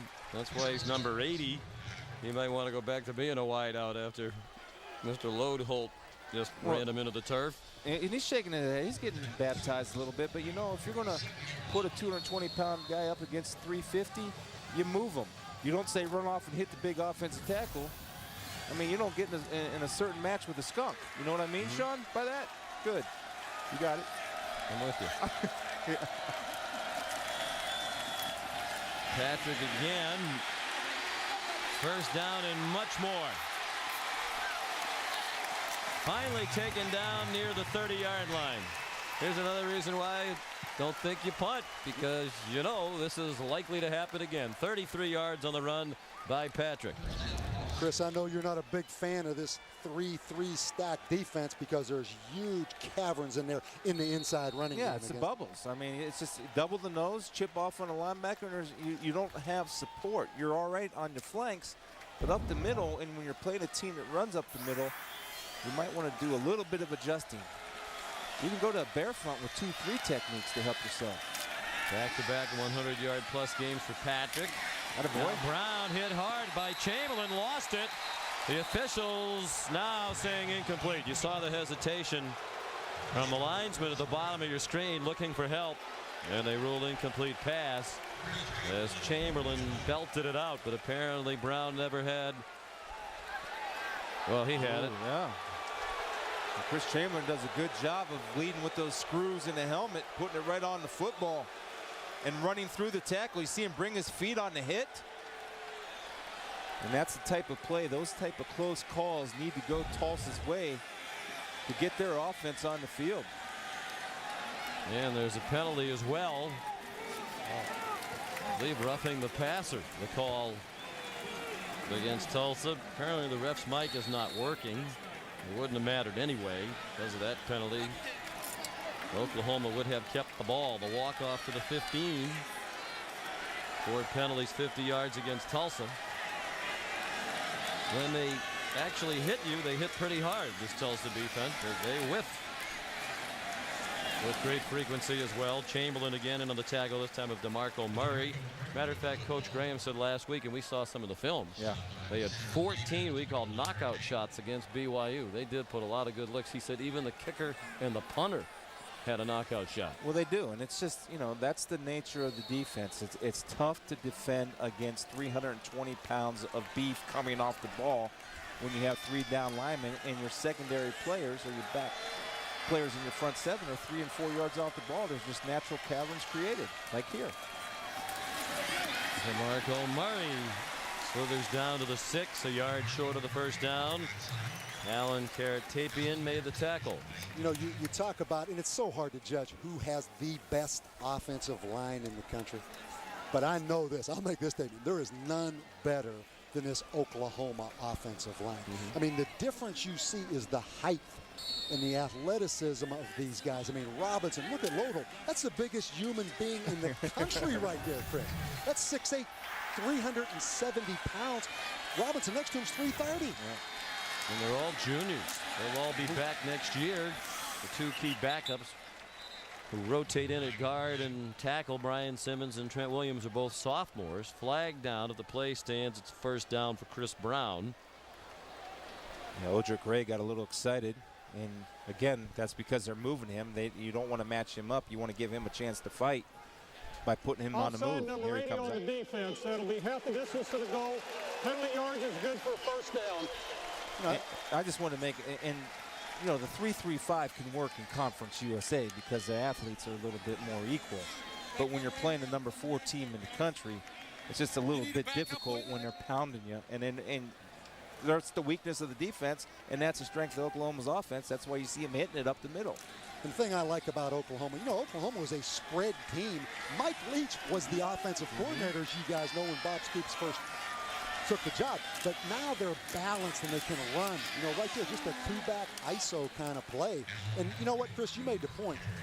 You have to do what you have to do. I mean, Tulsa probably has to be a spread offense to try to move the football. I mean, it's a small school. There's only 4,000 students. Even against Conference USA teams, they're going to have some problems maybe matching up.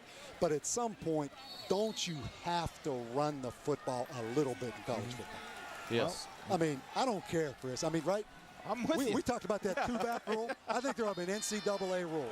25 times a game you have to put two backs in the backfield to run the ball. And be old school. Patrick got them down to the 1-yard line. Patrick gets the call again. He's into the end zone.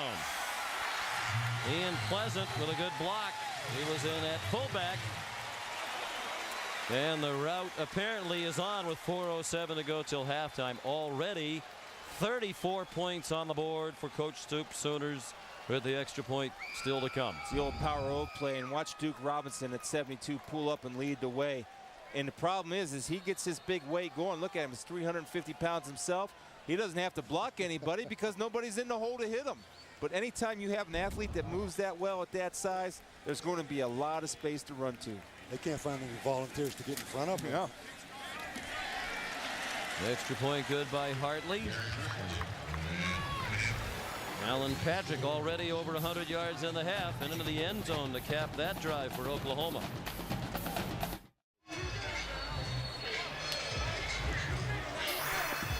A 74-yard drive after Todd Graham elected to punt on 4th down and 1 from his own 40. Seemed just about inevitable. Did you think that was the right call? I don't think it was the right call. I think it goes against everything he said. You got that message, didn't you, Chris? And Sean, you like that call? Charles Davis runs it back. Then again, we had his bowl game last year. He told us what a great place Rice was, and there isn't any reason why you can't win there. And then a week later, he's here as the head coach. So, anyway. I'll tell you what, they paid him about $1 million to come here now. He had a lot of reasons to come. I'm not saying that, but anyway, here's Dari Noka with a Sports Center 30 at 30 update. All right, guys, coming up on the Olive Garden halftime report, Mark May, Lou Holtz join me. 3 big games in the SEC Saturday, 3 big picks from those two gentlemen. Also discuss Notre Dame.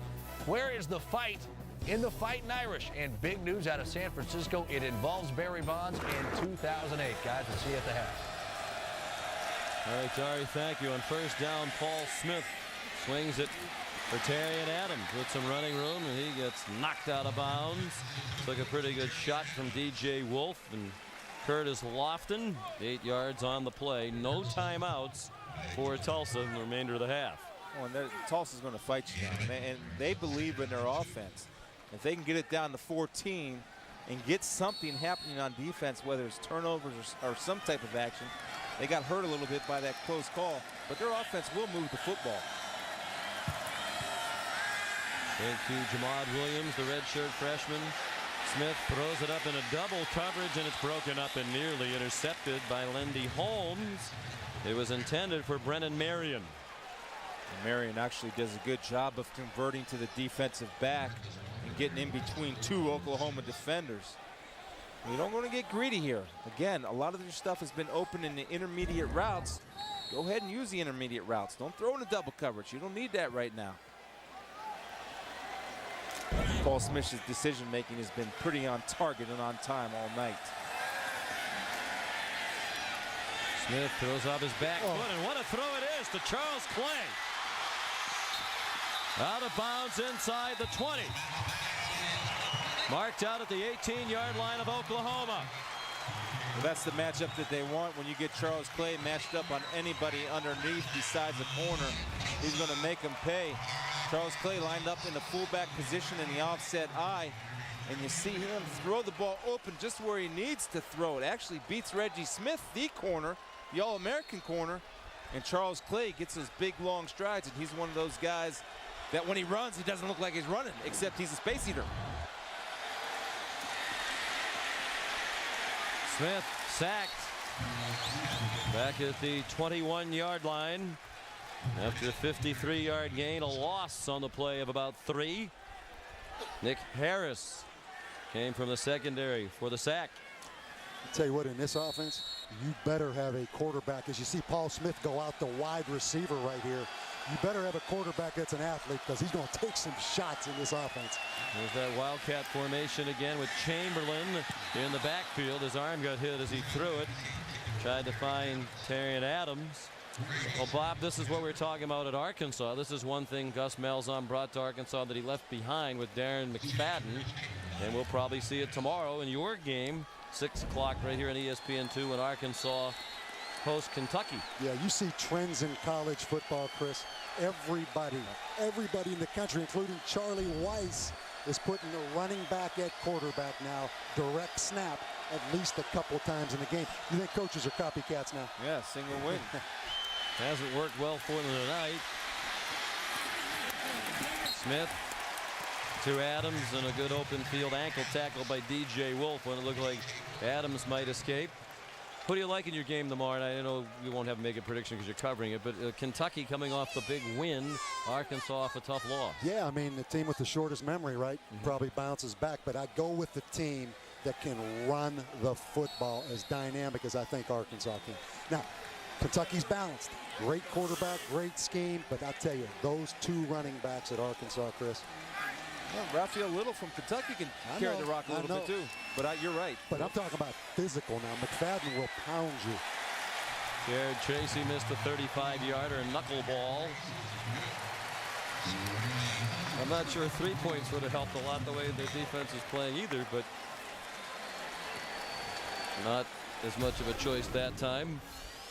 Here's the information on the game, Kentucky at Arkansas. Kentucky 3-0 off the big win over their rival Louisville, and they are having trouble stopping the run, which doesn't bode well when you're going up against McFadden and Jones.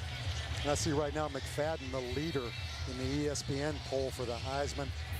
I can see why. I mean, he was a runner-up last year. He had, what, 193 against Alabama. Didn't play the last 9 minutes. They put him at quarterback in the Wild Hog thing, so he gets some publicity out of that. Here's Alan Patrick ripping through the defense. Out to the 36 and a first down. 16 more for Patrick. 2:14 to go in the half. 2 timeouts left for Oklahoma. And there's very quietly, I think, one of the very good coaching jobs that's been done in the last 5 years. Rich Brooks went into a mess. No recent tradition in football and the NCAA stuff. And a lot of people said he's a lousy choice. He's a West Coast guy. He's in Kentucky. And all of a sudden, he has a very good team. Well, because Kentucky is a beautiful place, great facilities. The problem is, though, they have Ohio State to the north when they go recruiting, and they have all those SEC teams to the south. But I think, again, Mitch Barnhart, the AD, you got to give him a lot of credit. Showed patience. Yeah. Kind of like Iowa did with Kirk Ferentz when he first started out. And the thing I like about Kentucky, great staff.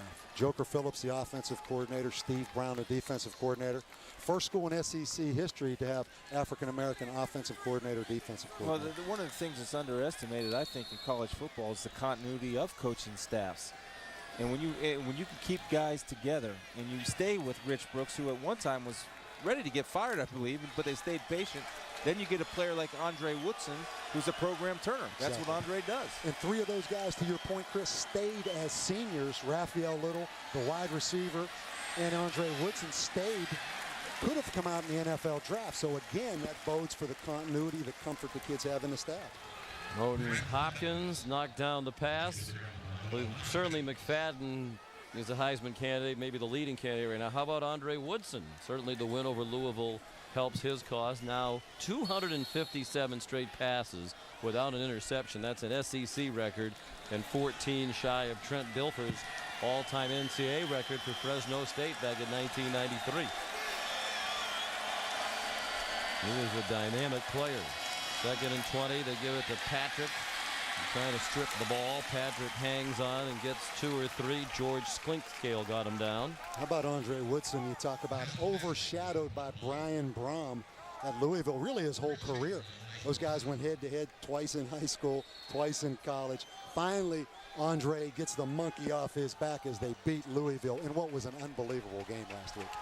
Great game, and Andre Woodson recognized a coverage mistake by Louisville. It had to be a blown coverage. No question. Yeah. They were in 2 deep against 4 wides and just turned the outside receiver loose up the sidelines. Safety was probably being pressed in the middle. I'm going to tell you guys, the quarterback now. Jammed in middle receivers. Sean knows this from living in Boston. But the quarterback, Matt Ryan at Boston College, he is for real right now. If I had to take one quarterback in this country right now, it may be Matt Ryan. Timeout Oklahoma with 3rd and long upcoming. Boston College, one of those teams that has been labeled a surprise 3-0 team. I think certainly Air Forces, particularly with those wins. It isn't like they've played cupcakes. Utah and TCU, excellent. I'm not sure if Boston College belongs on that list.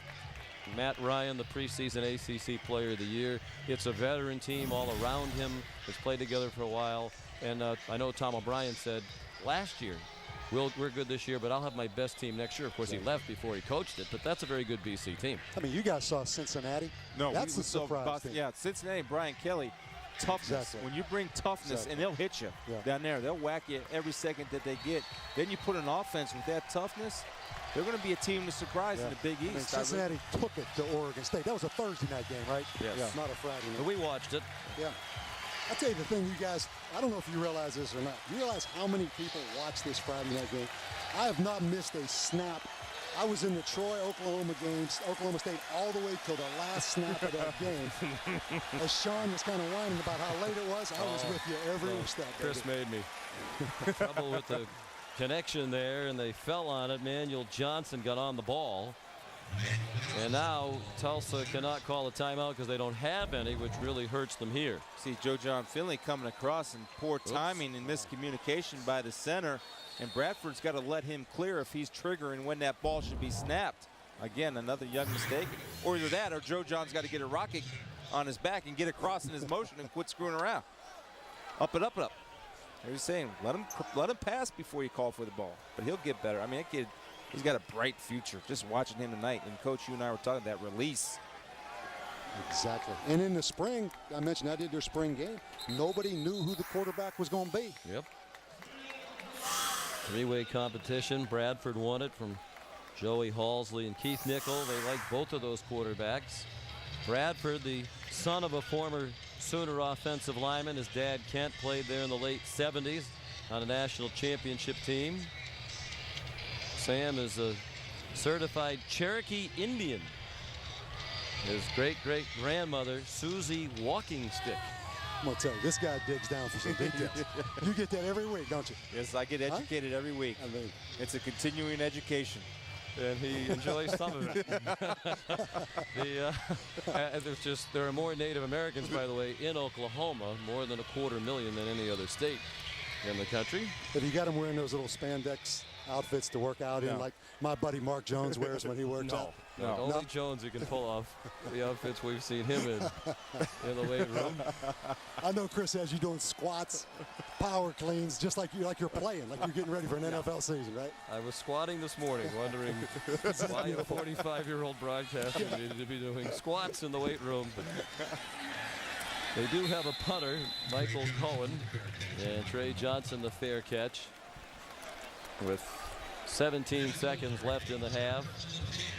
And a 42-yard punt. Well, Bob, it's very nice of you to make the almost 2-hour drive over from Fayetteville. We'll look forward to that game tomorrow, Kentucky and Arkansas, 6 o'clock Eastern time. Appreciate you guys having me. You do a great job. Thanks, Coach. Appreciate it, buddy. Thank you, buddy. Get two backs in the backfield line to run the ball a little bit for me, would you?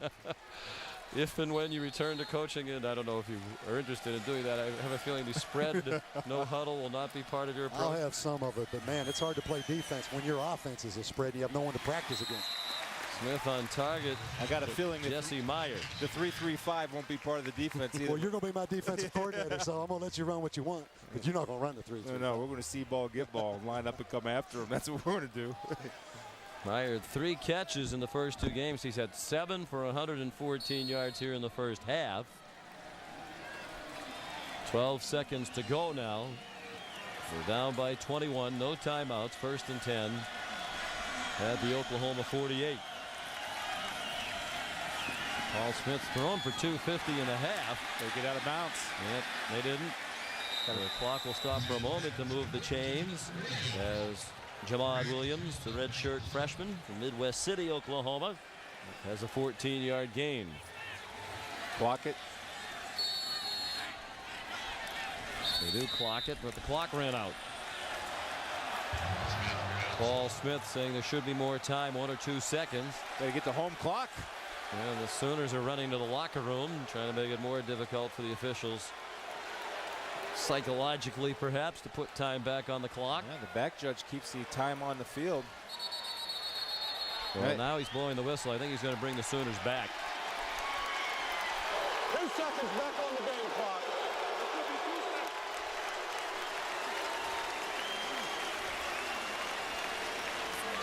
Give time for one more play. And again, the back judge keeps the clock on the field. He did a full 35-yard sprint to say there's 1 second left. And from the naked eye here, I had an eye on the clock and the booth. It looked like the ball did hit the ground when there was 1 second left. Now they gave him 2. And Jared Tracy, the field goal kicker, has a career long of 50. Confusion now on the sideline as a player runs on late, Trey Johnson. And they'll try to heave it in the end zone. They had 3 receivers to the right, but Smith is chased to the left and sacked by Austin English. 4 sacks in the half for the Sooners defense. There is a flag on the play. Front of the line of scrimmage. Illegal procedure. It is declined.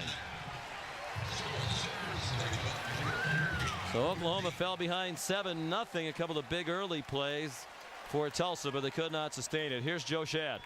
Coach, what pleases you most about the first half? Well, offensively, we've been pretty solid. The first drive, we played pretty foolishly. Had some poor penalties. Some penalties have hurt us. And defensively, we just, we're letting some guys run past us. We got to do a better job staying on top of guys. How are you handling their offense? Well, some of the time pretty good when we stay on top of people. Right? You know, the 2 big passes are a big deal.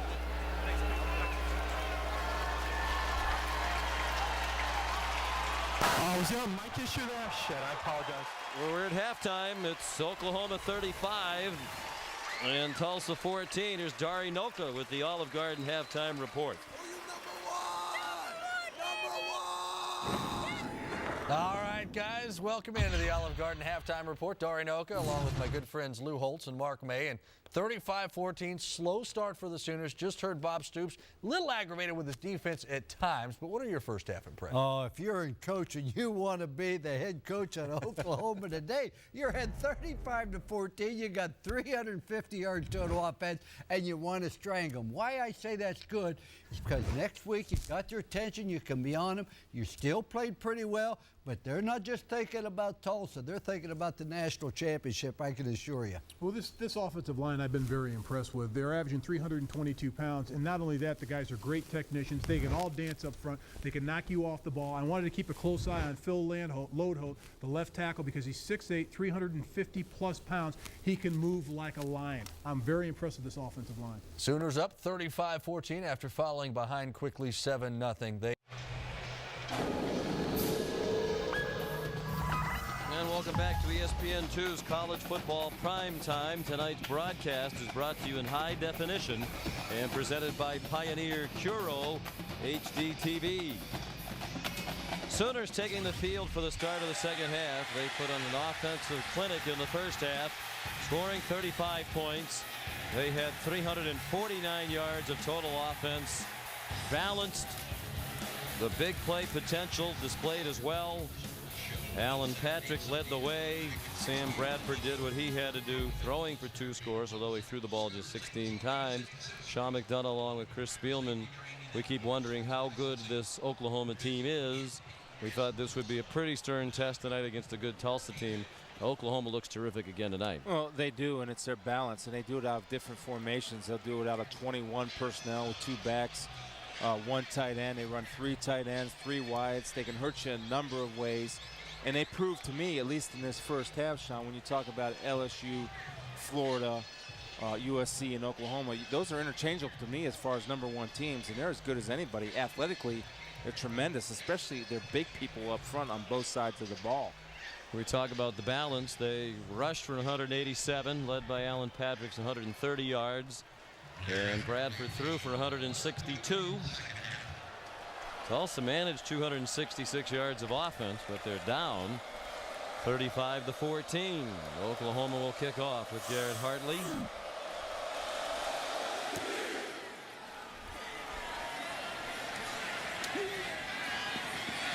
Charles Davis from the goal line did not reach the 20, came up just shy. But we want to apologize at the end of the half as Coach Stoops was going to the locker room. There was a word that should not made it onto the airwaves, but did. Caught in a microphone that was open inadvertently. And we apologize that you had to hear some language that certainly is not appropriate for our air and not up to ESPN's high standards. We regret it.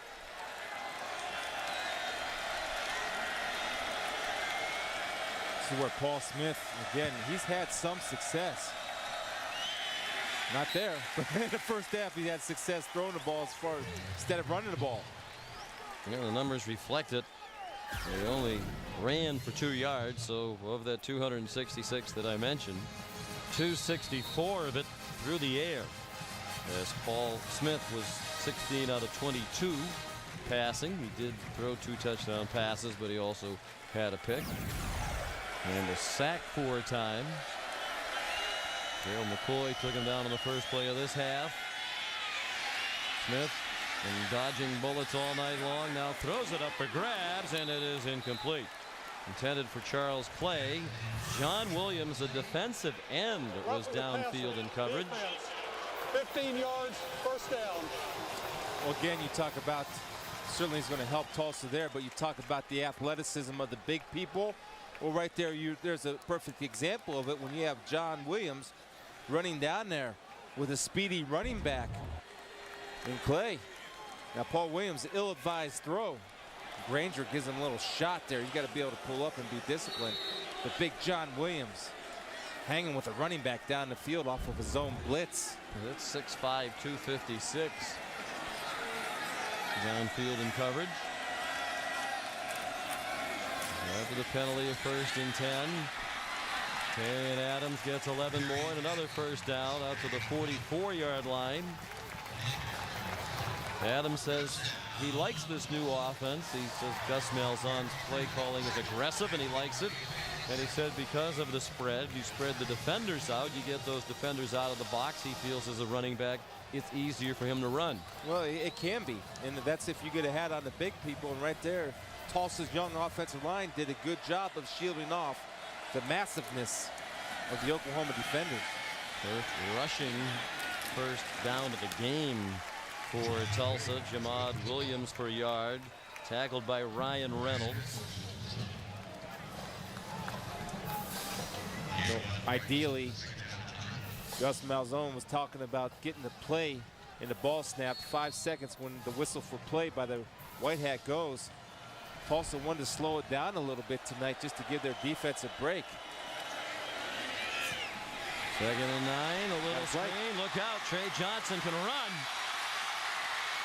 And he runs all the way inside the 20-yard line. Collared by Nick Harris. 36 yards on the game for Tulsa. Good.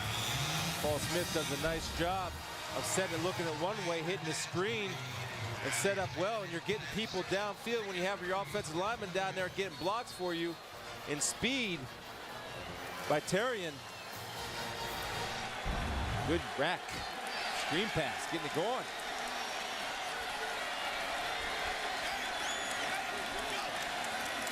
Five receivers now. Smith pump fake and couldn't find anybody. Now he's going to run. Little fluty. There. He took a shot in the back from Ryan Reynolds. At the 11-yard line. Reynolds, a key part of this defense. He's battled a lot of knee injuries. But Brent Venable says he's mature as any linebacker I have ever coached. Yeah, made the interception in the first half. And right there, if I'm Paul Smith, what I want to do is go feet first on my slide. You got to protect yourself as far as your head. And Reynolds did nothing but go down and meet him at contact. And Paul Smith, when he does take the dive, which he should, he's too valuable to his football team to take hits like that. Go ahead and take a feet first dive. Protect yourself. John Williams a little slow to get up for Oklahoma.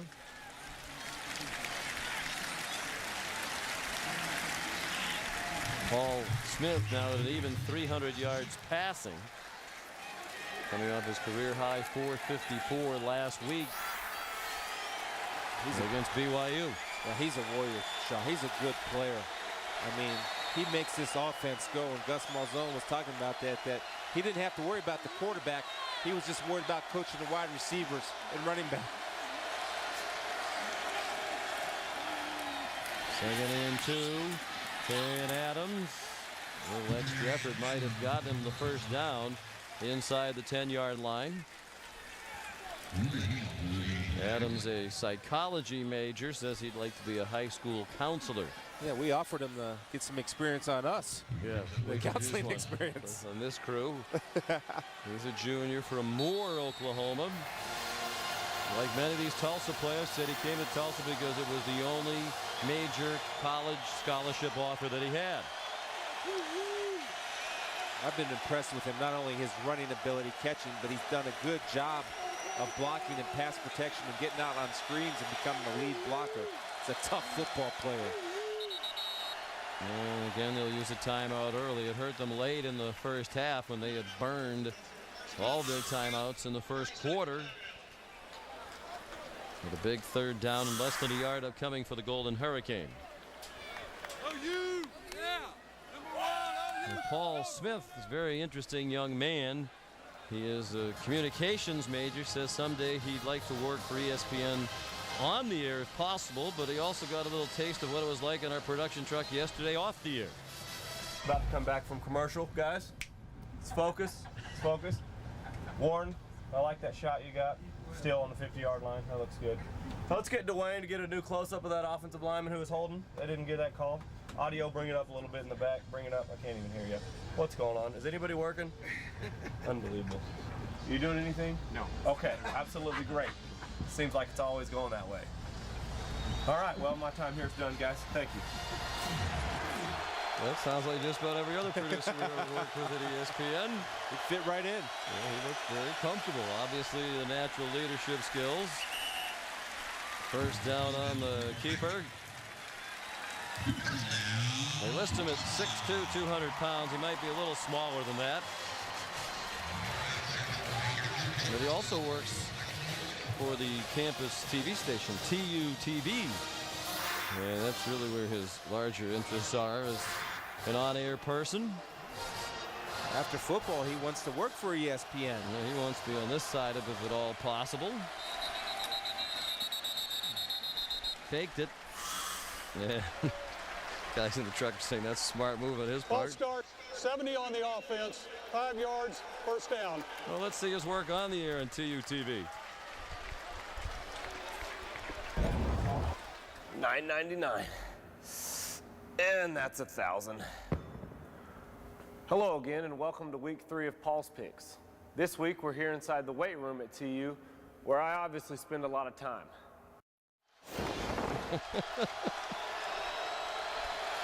That's as obvious as Paul Picks.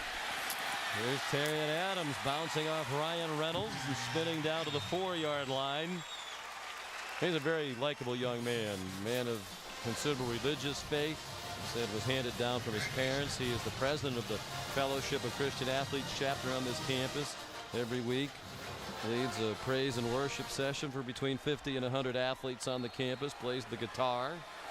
He's a leader. He's a natural leader. And Yes, you can he tell is. that when he walks into the room, his players follow him, and that carries over off the field. High snap. He handled it. Didn't get much, perhaps a yard. I'll tell you what, he's tough too. He's taking some shots and hanging in there. He's married. Married Krista Barker about 6 months ago. She was a 4-year starter on the soccer team.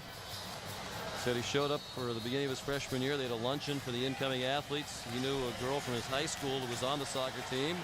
Soccer team was in uniform because they had to go out on the field. He said, "Who's number 4?" He got the introduction to Krista, and now they're married. Short pass, nowhere near the end zone. Jake Collins, the tight end, stopped again by Ryan Reynolds. Say, Collins had the open there, Sean. He just misread the blockers. He had 2 blockers out in front of him. If he would have headed for the sideline toward the pylon, he might have snuck it in there. He just cut back a little bit too quick. He should have been a little bit patient to set up that blocking scheme. 4th down. I like the fact they're going for it. They know they need points, and 3 points against this offense of Oklahoma not going to get it done. And a good drive to open the half. Will they score? 4th and goal from the 3. Smith under duress. Lunges for the end zone. Touchdown. Well, a great move to shed Nick Harris near the line of scrimmage. And then he went lunging into the end zone to get them back within 2 touchdowns. Nearly a 5.5-minute drive to begin the half by Tulsa. Yeah, this is a short yardage goal line play they were working on yesterday, and the idea is to give your athlete and your best player on your football team the run pass option.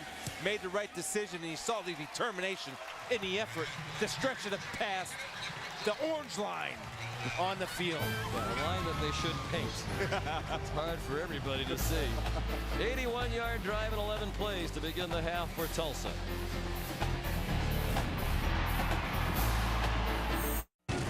You're watching Tailgate Week, presented by Kingsford.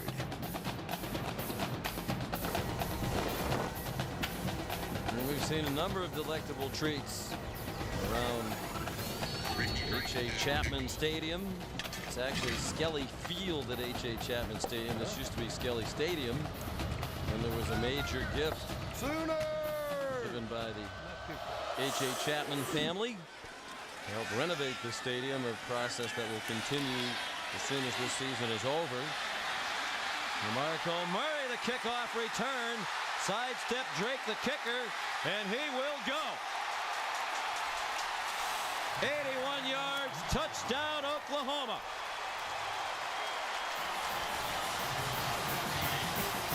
Well, that's why they're 91st in kickoff coverage. When you can't kick it deep and you don't kick it high, it puts a lot of pressure when you're running from the 30-yard line. DeMarco Murray's got full head of steam catching the ball in between the 20 and the 30. And you can see where his instincts has a running back take over. And right there, one-on-one shot. Young kicker doesn't have a chance, and speed takes over. First kickoff return for a touchdown this season for Oklahoma. Joaquin Iglesias brought one back last year in November against Baylor. There's Hartley's kick up and good. And they can hurt you in so many ways. It's going to be a while before their offense gets on the field here in the second half. And that's demoralizing for Tulsa. They got within 2 scores, a little bit of hope on that sideline, and that hope perhaps very quickly extinguished by DeMarco Murray, redshirt freshman out of Las Vegas, Nevada. Yeah, and the vision and the natural running ability, and that's why you love to have running backs if you can afford to. Oklahoma has a depth to be your kick returners. When you have speed like that and the vision, he gets in the open field. It's a done deal. And it's not like Todd Graham doesn't recognize the fact that they're 91st in the country. Again, I was here Wednesday at practice. 45 minutes were spent on special teams, and 40 of those were spent on kickoff coverage. And it's just tough because they're trying to do it with their starters, and those starters getting beat down as the game wears on. That's where you have the lack of depth that Tulsa has to deal with that Oklahoma doesn't have to deal with. And his special teams have been a great weapon under Stoops. He saw DeMarco Murray in high school at Las Vegas when he was out there recruiting Ryan Reynolds. Murray was in the gym dunking basketballs acrobatically, and as Stoops was walking through the gym, he saw that and he told the coach, when it's the right time, we'll be back to recruit this young man too. Charles Davis got knocked down after a 22-yard return. Let's go back before the game. Tonight's Coach Talk presented by Liberty Mutual. Heart of a champion tonight. Play every play. Make sure you don't miss your play. Heart of a champion. Hold the rope. Let's go take it. This is our time. We're meant to be here. Turn it loose and let it out. Let's get it done. Grab a hand. One guy that's turning it loose is his quarterback, and Paul Smith. A lot of NFL scouts are walking around here, and they're very impressed with his toughness, his ability to make a lot of good throws, different throws. Away from his body, setting up, any type of throw you want him to make, he's made it tonight in the spotlight. Charles Clay stopped immediately by Alonzo Dotson, the nephew of the former Packer standout Santana Dotson. Smith, the son of a coach, bounced around at a couple different high schools here in Oklahoma as his dad switched coaching jobs. Sophomore year at Deer Creek in Edmond, Oklahoma. Junior and senior year just about 15 minutes from here at Owasso. His dad is now at Bartlesville, about 45 minutes north of here. And Ron Smith is here tonight. A lot of the high schools in this area moved their games to Thursday night. Offense, 5 yards, second down. So it would not compete with this game. I realize they'd lose a lot of fans to OU and TU. 7 penalties now against Tulsa. So this stadium is going to be renovated. They're going to spend about $24 million. Actually reduce the capacity from near 40,000 to about 30,000, which will have them at the bottom of Conference USA in home attendance, but I think it's big enough. It'll be comparable to the stadiums in Houston and in SMU. Nice strike thrown by Smith on the money to Trey Johnson. And another big gainer, 37 yards and a first down for the Golden Hurricane. There's the patience of Paul Smith and trusting his lineman. I can't say enough for the young offensive lineman of Tulsa, stepping up to the challenge and for the most part doing a good job, because this route takes a long time to develop, and Johnson's coming all the way across. And boy, Paul Smith again impressing with his arm strength. He was not highly recruited. He thought he was going to get an offer from Penn State. He had been to their camps, was disappointed when it did not come. When Steve Cragthorpe got the job here, one of the first things he did was recruit Paul Smith. So he stayed close to home and helped Cragthorpe turn it around. Before Steve Cragthorpe got here, they were coming off back-to-back 1-10 seasons. Under Cragthorpe, 3 bowl games in the last 4 years and a Conference USA championship. Charles Clay, another reception. Austin English and Marcus Walker, the tackle. A couple of yards short of the first down at the 38-yard line of Oklahoma. That's what I'd do if I was Charles Clay.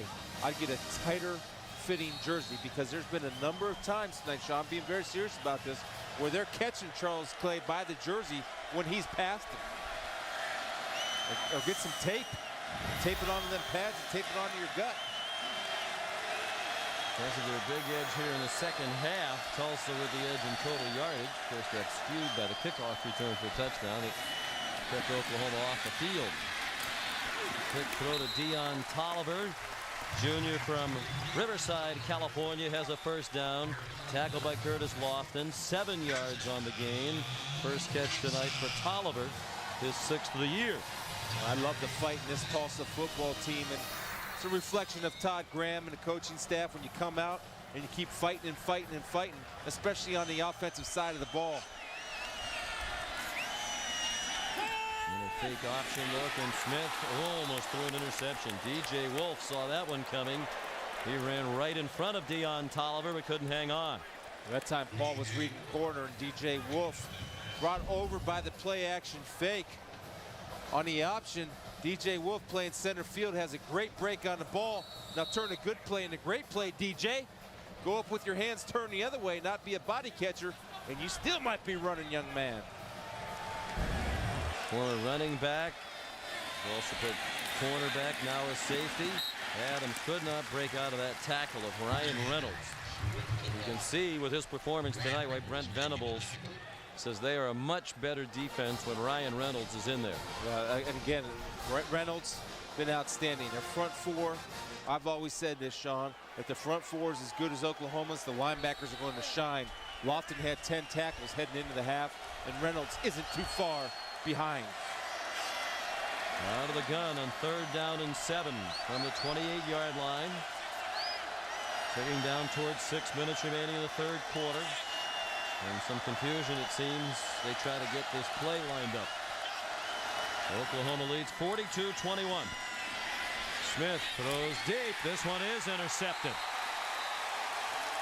Wendy Holmes stepped in front of the receiver. Second pick thrown tonight by Paul Smith. And the first interception of the year for the junior from Dallas, Texas. Yeah, Paul Smith is going down and talking to Johnson, his young freshman wide receiver. It's a skinny post versus cover 2. And you'll see Holmes get his depth as a safety. Right here, he's getting depth, which allows him to make a break on the ball, and he stopped his route. Paul Johnson is going to throw to the hash mark. He's got to run to the hash mark and cut off the safety. Holmes said, no, that's my ball. I take it away.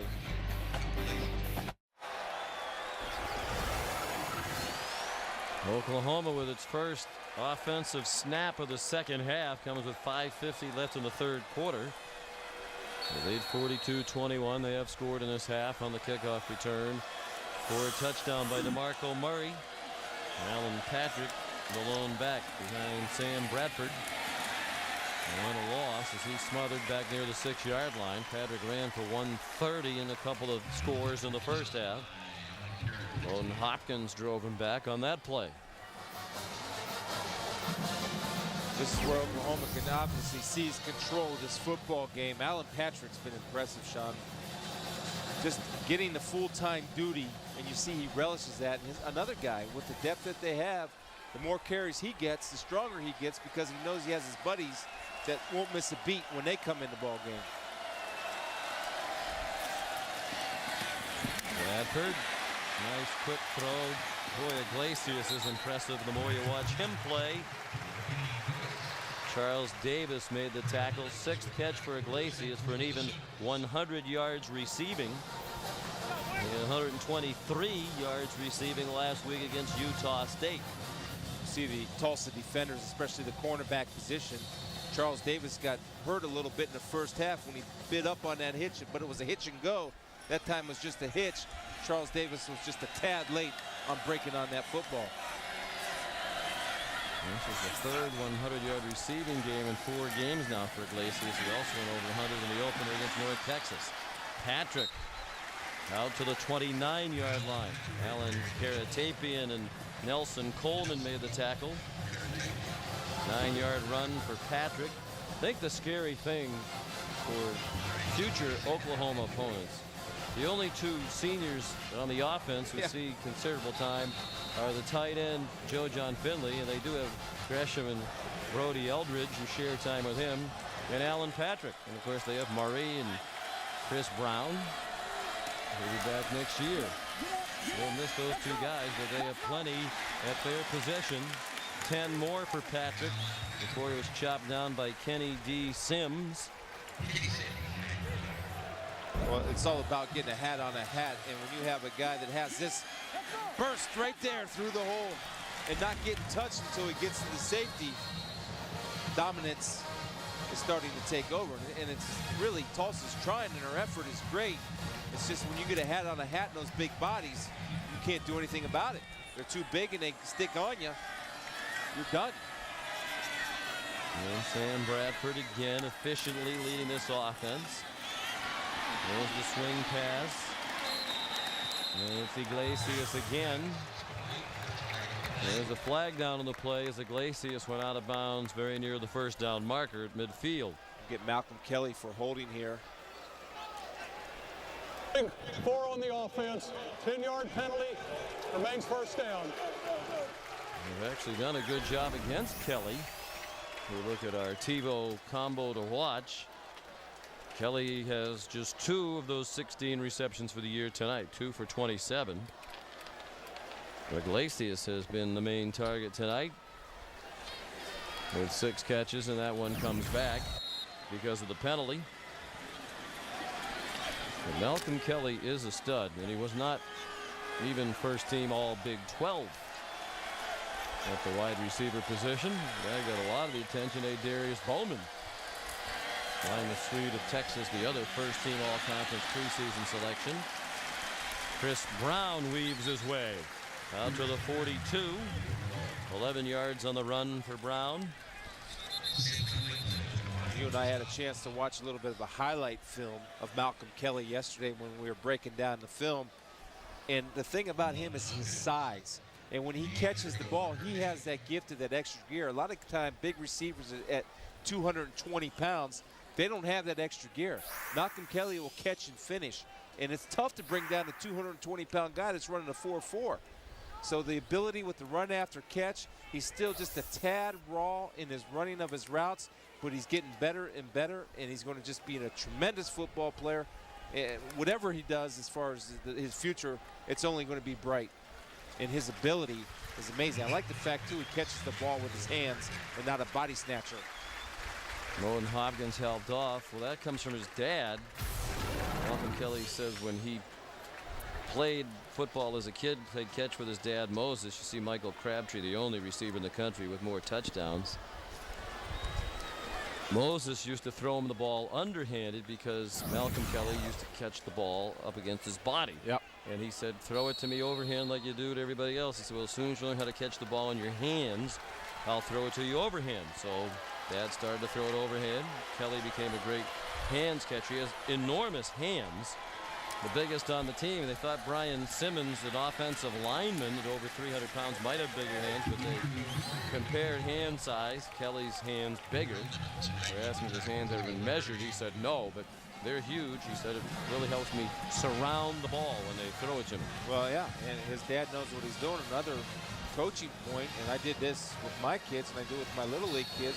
You want a kid to catch a ball with his hands, throw the ball at his head, because the hands got to come up. So I started throwing balls at the kid's head. Their hands got to come up or they get shots to the head.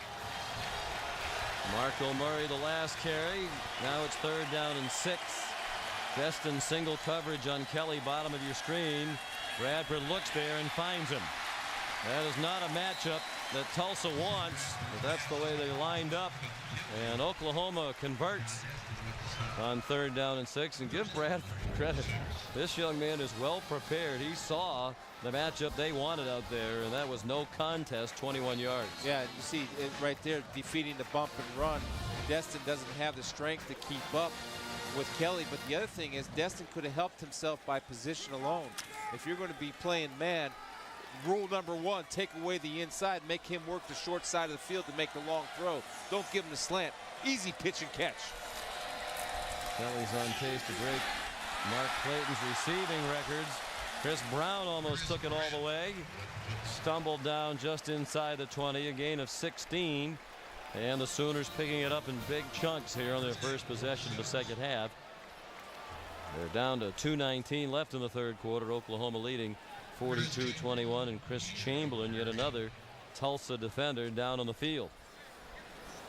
Chris Chamberlain is another guy they can't afford to lose. They lost Rory Roberts, their best cover corner, early in the ball game, had some nicks. Chris Chamberlain's playing his heart out tonight, giving everything he has, but it gets demoralizing if you're a defender and they're approaching 300 yards rushing. Chamberlain, a senior from Bethany, Oklahoma.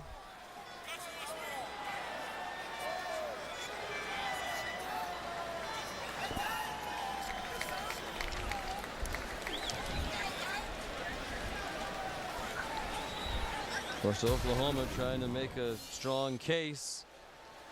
Here at the top of the rankings, ranked number 4 this week. LSU's number 2. Many believe they should be number 1. They have a big home game tomorrow against South Carolina. The Gamecocks are 3-0, led by the defense, allowing under 10 points per game, 8th best in the country. Those two teams don't play very often. They've met only 5 times since South Carolina joined the SEC in 1992. You almost get the feeling that when LSU and USC and Oklahoma play in Florida, they're all making a vote, and it's like, who do you watch last to say who's the best team in the country? Because I'm watching this Oklahoma football team tonight, and I can't imagine much teams better until I watch LSU play, Florida play, or SC play. By the way, West Virginia knocking on the door.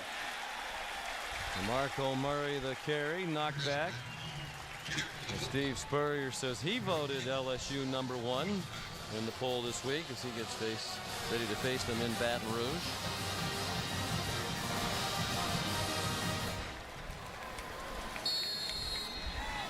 Tenth play of this possession for Sam Bradford. I just don't know where the weakness is on this Oklahoma team. When you go position group by position group, they're great players everywhere.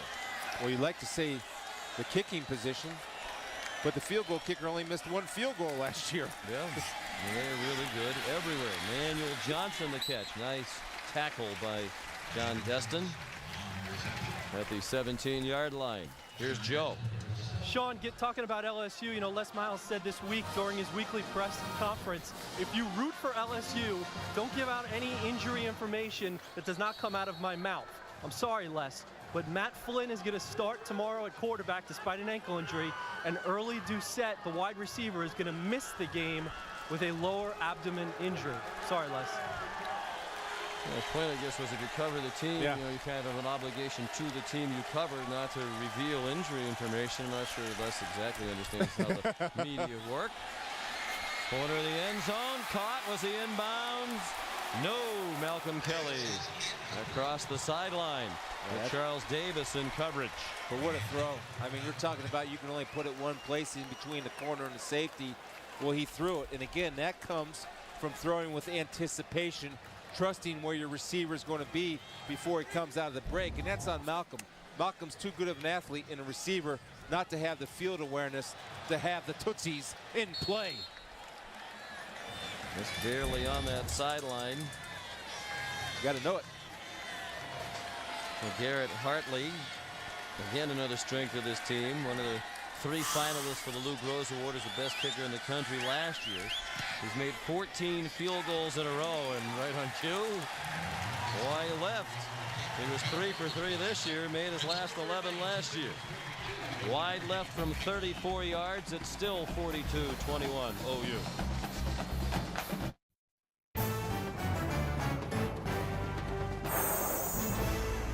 ESPN's College Football Primetime, brought to you by Acura, Advance, and KFC's new $2.99 deals. A real deal for lunch for just $2.99, only at KFC.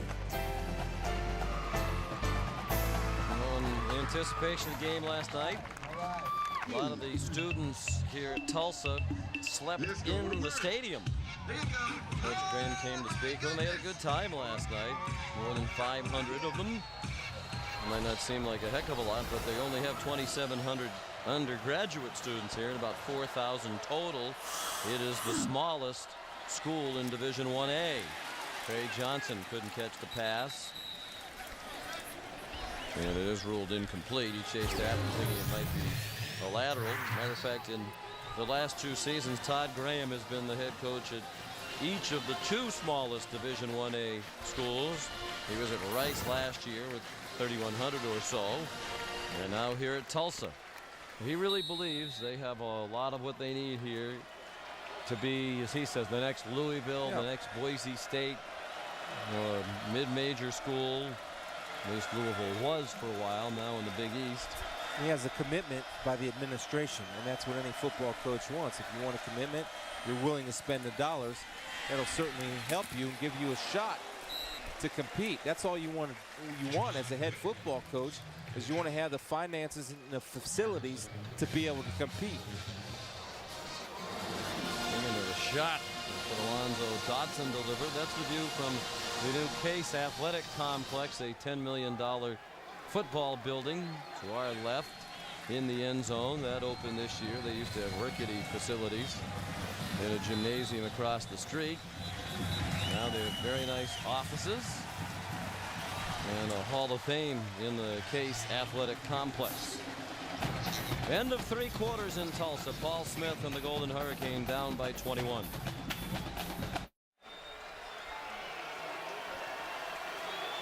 Back inside H.A. Chapman Stadium, the Case Athletic Complex, for the start of the 4th quarter. Number 4 Oklahoma trying to go to 4-0 against 2-0 Tulsa. Hurricane down by 21, and their hopes dim as Nick Harris has the interception. Off the ricochet, 3rd interception of the night for Oklahoma. Their 11th takeaway in 4 games. It was intended for Ted Curtis, a tight end. That's the second bad decision that Paul Smith has made tonight.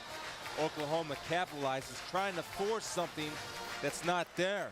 He's got great legs. He can run the football. Your team needs yards. Go ahead and trust your feet instead of making a difficult throw across your body. We're going to review to see if Harris caught it. It will be his 2nd interception of the year. He returned one, 24 yards for a touchdown in the opener against North Texas. On their way to 79 points. Oklahoma has scored at least 51 in each of their first 3 games. And let's take a look and see if, in fact, Nick Harris did catch it before it hit turf. Not sure. That doesn't look like possession. Looks like it's wobbling around. Well, you can see his right hand was laid on the ball. Good job by Nick of selling it. And it's a credit to Oklahoma's defense. They started out a little bit slow, but when you get interceptions, one that probably will be called back, but Reynolds had one earlier on a deflection. That tells me you have great pursuit by your back 7 running to the football. And Nick Harris, again, Sean, it just amazes me the talent level at every position that Oklahoma has and the depth that they have. Makes it tough for anybody that's an opponent of theirs.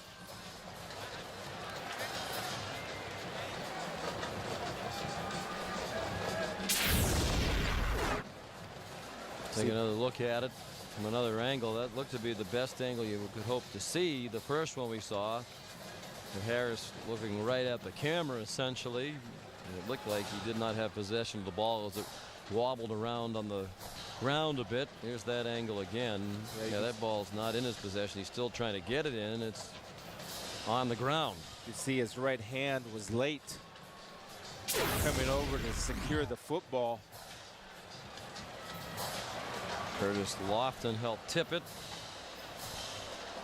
He's a player now. Curtis Lofton is a player replacing a pretty darn good player in Rufus Alexander, who's with the Minnesota Vikings now, recovering from a knee injury, but I know After review, the ruling on the field is reversed. The ball hit the ground. It's an incomplete pass. It'll be 4th down, 7 yards on the 23-yard line. Well, that's how replay should work. Well done by all involved in the booth upstairs and on the field. Punt safe, says Bob Stoops. And a much needed break for Todd Graham and Tulsa. Although they're going to have to punt on 4th down with Michael Such out there to punt. He was at Nebraska last year as a non-recruited walk-on. Did not play in a game, then transferred here to Tulsa this year. Yeah, they're looking over here. They do have a fake in, but when Stoops is aware of that, his radar's up. He's been around a long time, calling the punt safe, as you pointed out, Sean. Such won a derby in the preseason from Paul Jurado to be their punter. Reggie Smith caught it at the 35. Looking for some running room. We talked to him the other day. He said the key to being a return man, patience and vision. And he demonstrated both on that run back. Waited patiently for some kind of alley to reveal itself, and he brought it back 27 yards after a 42-yard punt. Chris Chamberlain made the tackle. Yesterday, in anticipation of this game, Dennis Byrd was here with the team, part of their day before the game walk the length of the field holding hands. Dennis Byrd, of course, an All-American player here for Tulsa in their Hall of Fame. Great lineman in the late 80s, number 7 all-time here in tackles. Unfortunately, best known for his time with the New York Jets when he suffered a paralyzing spinal cord injury in 1992, an injury many thought he would not recover from. And as you can see, he is walking And functioning very well is Iglesias again, breaking tackles to score. 40 yards for the touchdown. Second for Iglesias tonight. His 8th catch for 142 yards receiving. We're talking about Malcolm Kelly being the best receiver in the country. Maybe he's not even the best receiver on his own team. Well, Iglesias came into the game as the leading receiver, but 0 touchdowns. And again, the power and the skill of the receivers for Oklahoma and their run after catch just continues to amaze. And Iglesias wants to get on the action with Malcolm as far as touchdown catches. He's catching up. Faber, Destin, Germany couldn't get him down. The try for point fails. That's been one blemish for Oklahoma. Charles Davis got in there to block it. They've now missed 3 PATs already this year.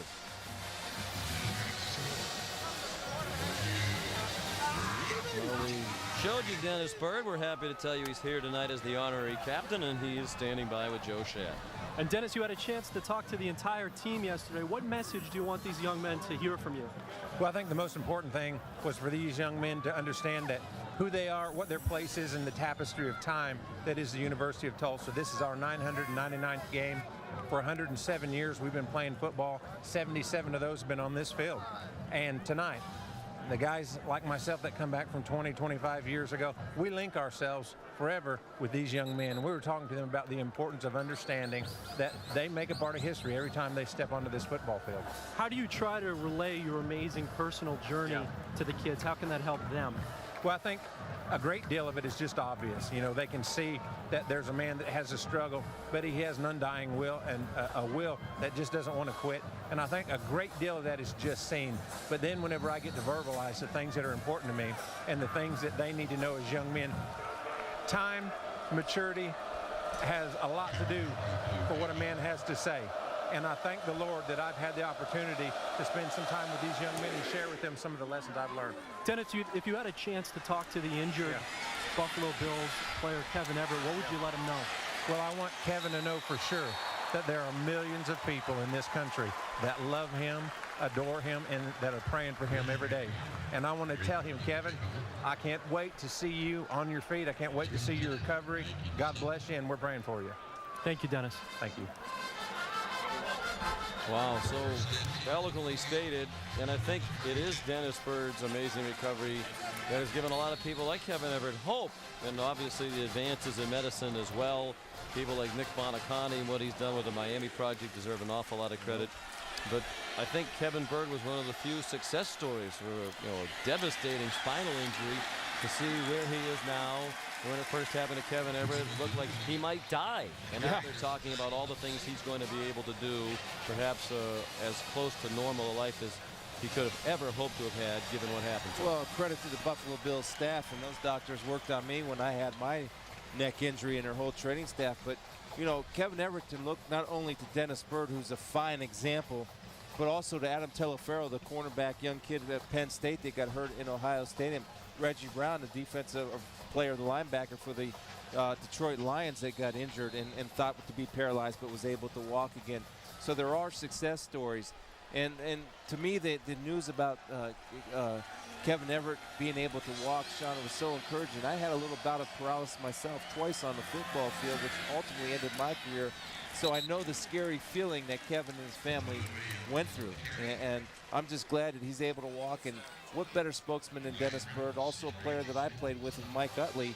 Mike hasn't regained the use of his legs, but Mike lives a full life and is a tremendous inspiration to a lot of people out there. He has a great attitude when you see him interviewed. Unfortunately, when circumstances like these arise, I noticed your occasional paralysis kicked in last night at dinner when the check came. And all of a sudden, you had a little tough time moving toward the bill. Well, you got all the money, kid. A lot of fakes by Smith. And by the time he finished them, they were right on his heels. 5th sack for Oklahoma. Credit Steve Coleman with that one. Austin English also in the neighborhood. It's a miscommunication. I think Paul Smith went the wrong way. When I see 5 big hogs go to the right, Paul goes to the left, and there's no help over there. Paul might have got a little bit confused. Anyway, whoever was wrong, either the whole offensive line or Paul, miscommunication usually leads to a defensive play by English. And Dennis Byrd talked to these players about understanding their place in the history of Tulsa football, and he certainly knew his facts. This is the 999th game all time. There haven't been a lot of big seasons in recent years, but this is a program with a rich tradition. It's featured some great players, some players who went on to become very successful coaches. Good spin move by Jamad Williams.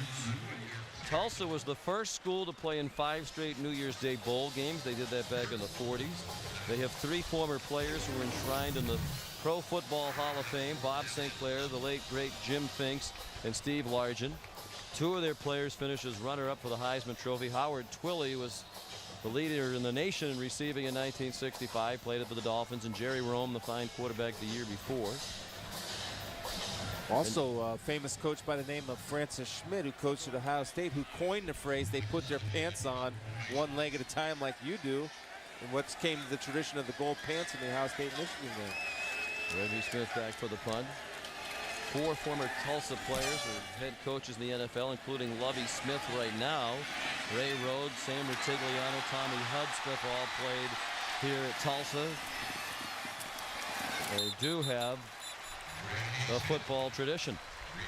36-yard punt, 25-yard return. Isn't it great to see Dennis Byrd looking so well here tonight? IBM presents the 25 greatest players ever. Number 25, Ernie Nevers. Ernie Nevers was an All-American at Stanford University and played in the 1925 Rose Bowl. Stanford coach Pop Warner called Nevers the football player without a fault. IBM, getting it done. 25 greatest players in college football, voted on by a blue ribbon panel of former coaches, players, and media members. Will reveal number 24 tomorrow during the 3:30 games on ABC and ESPN2, counting all the way down to number 1 over the course of the season. Ernie Nevers, the first, number 25 in our top 25 countdown. Chris Brown runs for nearly 10 down inside the 20. I wish the voting hadn't already been done by that blue ribbon panel, because I won a lobby for my friend and partner, Chris Spielman, Ohio State star linebacker, 2-time All-American in the late 80s, winner of the 1987 Lombardi Award, 283 solo tackles in his career. Who can forget the 29 tackles against Michigan in 1986? It remains the most tackles in the lengthy history of that rivalry. Yeah, that means they had the ball too much. That's all that means. Did you guys lose that game? Lost on a field goal kicker, missed the field goal. Oh. Is that what you mean? Not that I think about it much. No, not that you have any disdain for field goal kickers. And very scary, very handsome photo. Yeah. You like the mustache? We're still in prime time. I won't use the phrase that comes to mind to describe the stash. But it was, as Bill Rafter would say, effective. Yeah, it was. Of all the things you accomplished, seriously, what were you most proud of? Well, I think the win at Michigan when Coach Bruce was fired. He was fired the week before the Michigan game, and our team went up there and weren't going to a bowl game. Everything was kind of lost, disappointing season. Yet were we able to pull it together for Coach Bruce to send him out a winner. Ooh, Brown slid down to avoid the contact and got belted by John Destin. Well, he went into the baseball slide, and he did not get out of the way of that hit. Looked like he took a shot right in the head. Yeah, I don't know if he hit his head on the way down and hit the turf. And he lost his footing, so he became vulnerable and wasn't able to deliver a blow and protect himself. Once he slipped, the defender came and whacked him good, and I don't know if his head bounced off the turf or not.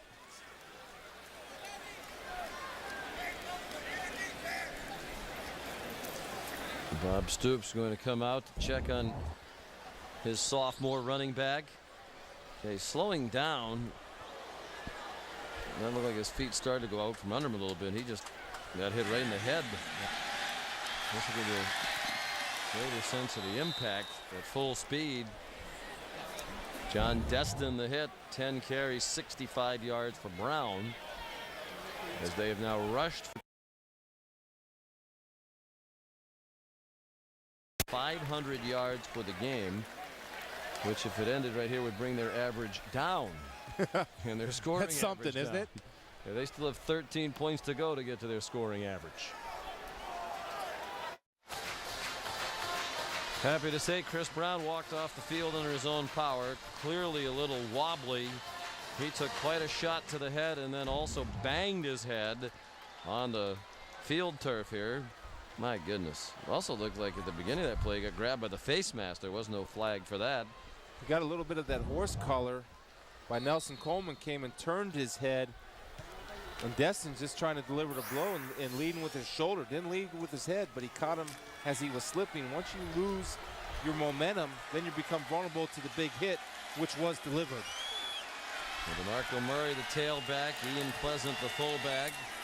Murray follows Pleasant, and that wasn't close. No one got near DeMarco Murray. He scores. It's 54-21 with just under 10 minutes to go. Well, and we talked about Geshem and his pass blocking ability, but he's becoming a total package football player at 6'5", 250. Took Karatapian and just walled him inside, drove him off the ball, had the hands inside, wanted a holding call, but didn't get it.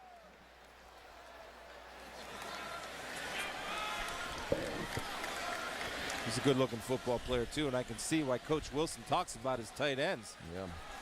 Murray, 2 rushing touchdowns and a kickoff return for a score. And Hartley makes this extra point. 55-21. Let's get a preview of Monday Night Football. Here's Mike Tirico. Vince Young is dynamic and exciting and has brought the energy back to the Titans franchise. Drew Brees had a dream season in 2006, but now he and Reggie Bush try to find the Saints' magic as they return home. Saints-Titans, 8:30 Eastern on ESPN's Monday Night Football. First national television game for Vince Young as an NFL player. And boy, the Saints, they were a trendy pick to be a Super Bowl team. It's only 0-2. There's a long way to go, but they have had a disappointing start. Well, you talked about it, and Coach Davey was talking about it the whole second quarter, about if you want to be able to be an effective football player, especially or football team in the NFL, you got to be able to run the ball. And Deuce McAllister is only averaging about 48 yards per game, where he's a guy that needs to get his touches and carries. Then you have to get Reggie Bush involved. If Reggie Bush isn't involved, you neutralize Deuce McAllister, you become one-dimensional, then it's easy to play defense in the NFL. Yeah, and other teams are doing a better job now of taking Reggie Bush away in the passing game. And they're still a fun team to watch. Be a great atmosphere down there. Monday Night Football, the Titans and the Saints. Vince Young is a fun player to watch, and really just a special athlete playing the quarterback position with his ability to run. Certainly has the ability to go for 1,000 yards as a quarterback.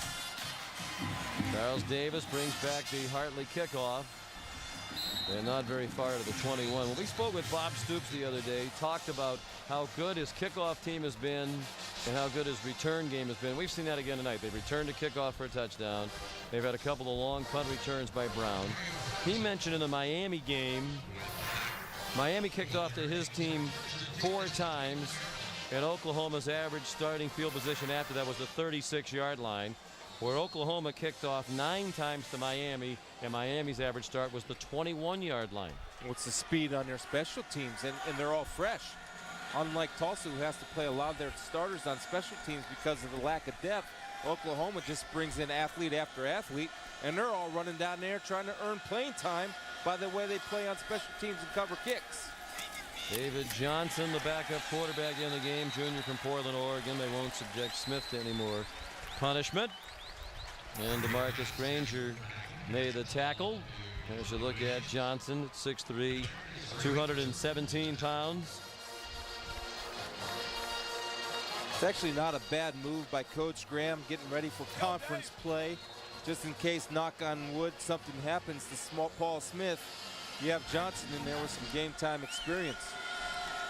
He's a capable backup. Played in 11 career games prior to tonight.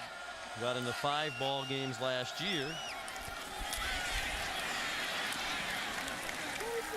And he follows the play as Shamad Williams carried and DeMarcus Granger made the tackle again.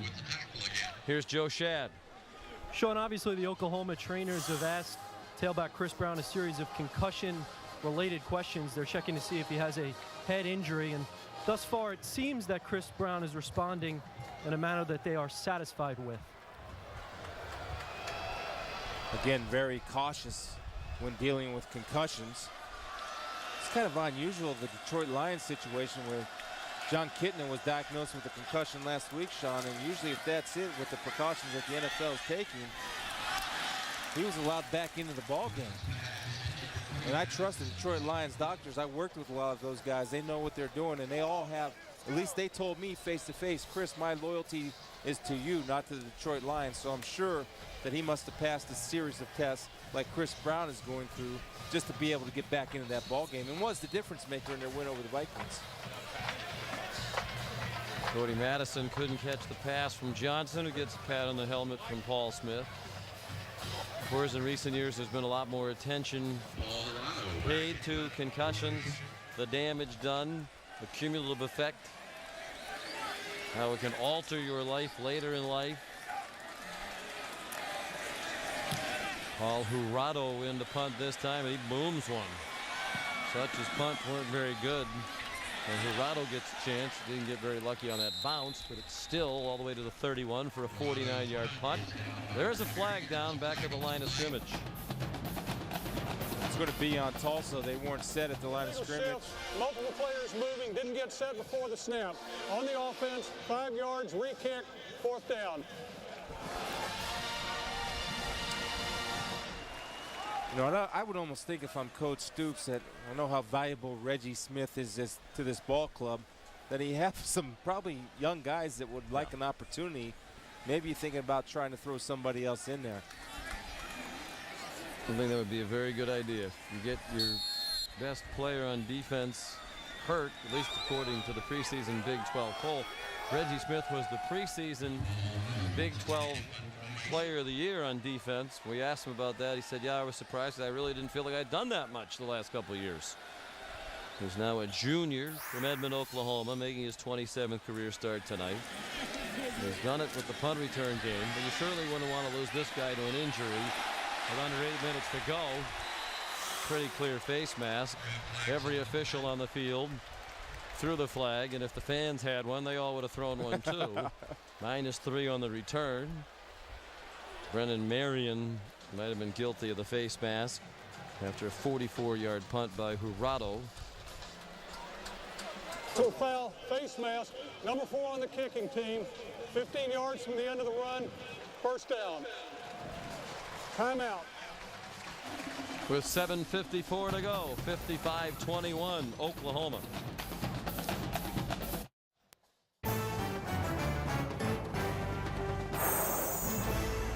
ESPN's College Football Primetime, brought to you by Kingsford Charcoal. Grab your friends and family and fire up the grill. It's time to bring the tailgate home. And the all-new Kia Rondo. Kia, the power to surprise. Well, we've seen some great food tonight. We haven't eaten any of it. Although we want to thank Todd Graham's wife, who sent up some lovely cookies. Yes. Which you, I think, demolished 2 hours before kickoff. They were good. New quarterback now for Oklahoma. Joey Halsley is into the game. Moses Madu gets the handoff. We're going a little deeper down the depth chart. They like Halsley, the junior from Huntington Beach, California. In fact, Kevin Wilson said, you know, the numbers are pretty similar. Halsley's played less, but he's been just about as productive and effective at his playing time as Sam Bradford. Matter of fact, in the opener against North Texas, Halsley off the bench went 4 out of 5 for 40 yards. He threw a 61-yard touchdown pass against Miami. They feel very good about him and the third quarterback, Keith Nickel. Well, again, it's the depth. And I did Joey's spring game 2 years ago when he was competing with Rhett Bomar for the starting position. I was impressed with him then. And anytime you have depth at that position, it certainly helps. And I like the fact what Coach is doing right now is he's keeping the starting offensive line in the ball game. You see Bradford right there. Again, throwing people open in anticipation, throwing to spots as opposed to throwing to men, and trusting that his arm and his receivers will make the play for him. Bradford went 16 out of 22 for 244, 3 touchdowns, 1 interception. Statistically, that's a bad night for him. Dropped his percentage a little bit. He was at 80% for the year, and it's a little bit under his average yards per game. He came in averaging 274. Halsley after the good fake has Joe John Finley, the tight end. Senior from Arlington, Texas. Tackled by Steve Craver, 24 yards, first down, and like Bradford, Halsley right on target. You know, I like the fact, too, that Oklahoma's running their offense. It's not the Sooners' job to stop the Sooners. And he's going to throw the ball. And maybe they're going for their average. I don't know. But they're making a statement on national television tonight for the #1 position in college football. Well, a touchdown, the extra point, they'll actually improve on that average. They're just about at their total offense number. Haven't allowed a sack tonight. Moses Madu remains the tailback. And takes the handoff from Halsley. He runs hard. Now he's at least their 4th running back. And he's productive. He rushed for 87 yards in that win against North Texas on just 9 attempts. That was an 11-yard gain here for Madu. Again, and he's productive. 1 is because he's a talented football player. 2, you still have that massive offensive line in there clearing the way. And the Tulsa kids are giving it their all. They're playing their hearts out. It's just they don't have anything left in the tank, Sean. And they don't have the depth that Oklahoma has. They're playing at a different speed, Sooners. Madu. That was easy.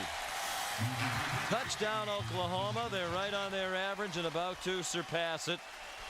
If Harley kicks the extra point, it'll be 62. My goodness, they've scored at least 51 in every game. Bradford's one of those guys who's so good at everything. Scratch golfer. They told us he shot 63 on a local course this summer. He was an all-state basketball player, averaged about 18 points per game. Was being recruited in basketball as well.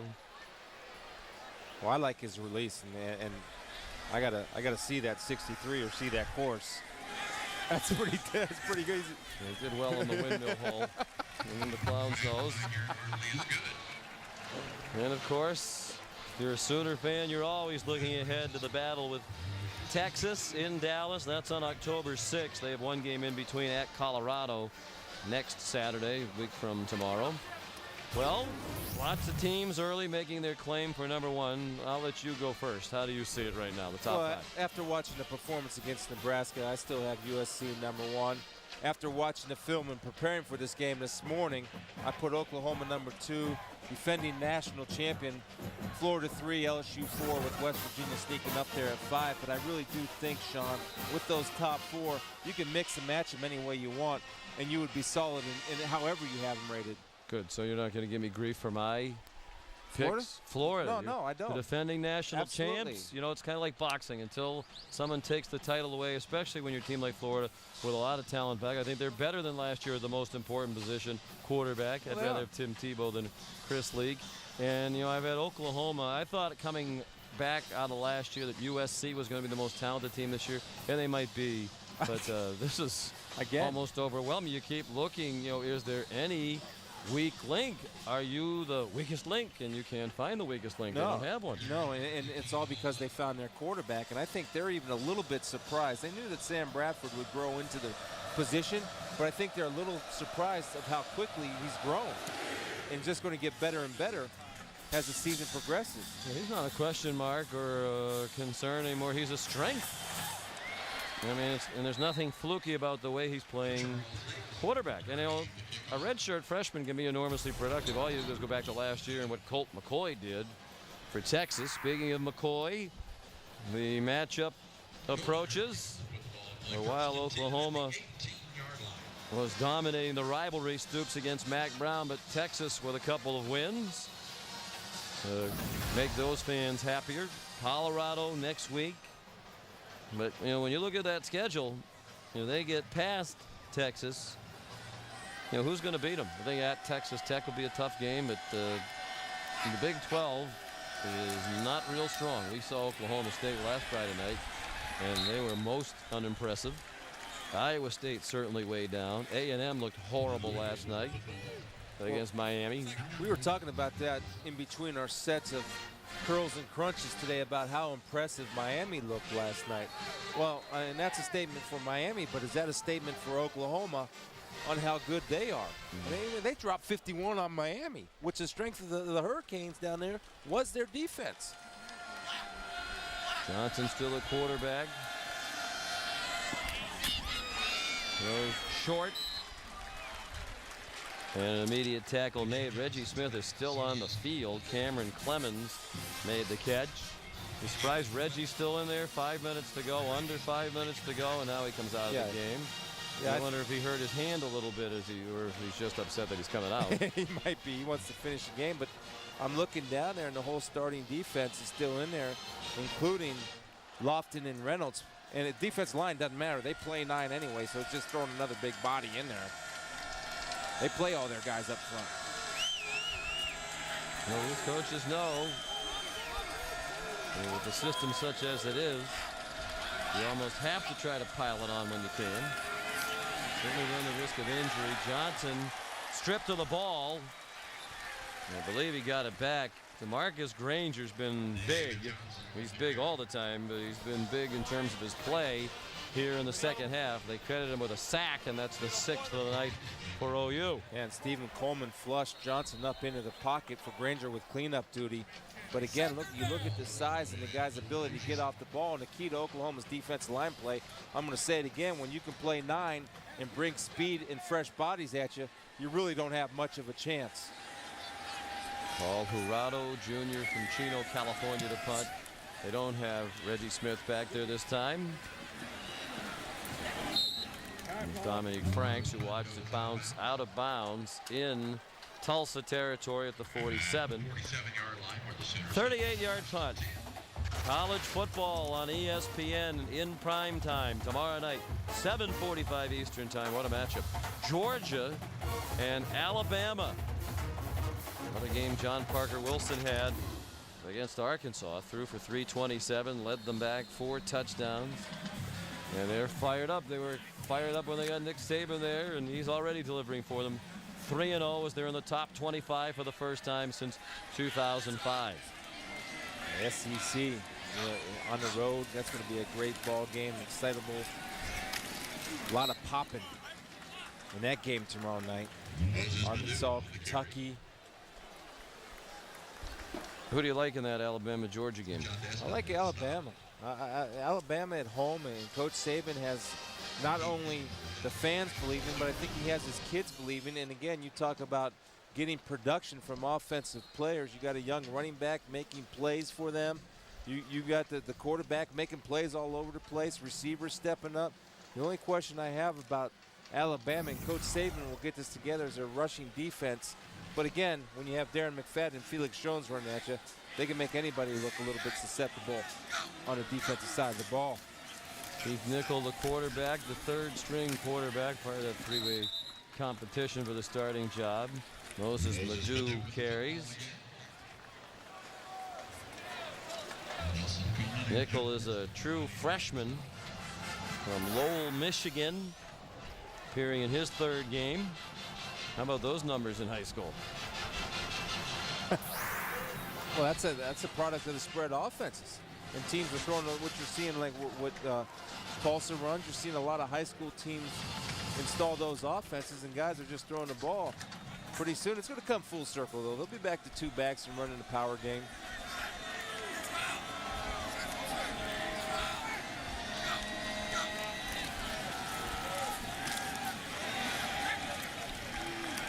Ledoux carries for little or no gain, and here's Joe. Sean, I'll be at that Georgia-Alabama game tomorrow, broadcasting for ESPN Radio. And it's an interesting matchup with two young quarterbacks. You know, the Georgia quarterback, Matthew Stafford, told me he didn't feel as prepared as he should have been in a loss to South Carolina a couple of weeks ago. So he's been staying up late every night this week with a Nick Saban DVD. It shows all the different multiple schemes and blitz packages that Alabama has installed. That's what he's going to use. And Coach Saban, obviously, he can't get as detailed as he was with the NFL, but certainly he's a defensive-minded coach and has been very successful coaching at the collegiate level. And he'll get those kids playing hard, as he did at LSU, and he'll do that at Alabama. And the defense will be stout by the time it's all said and done. Mike Knoll to punt. They have two punters. We've seen Michael Cohen tonight. He handles the longer ones, and when they're looking for a shorter kick, they put Mike Knoll in there.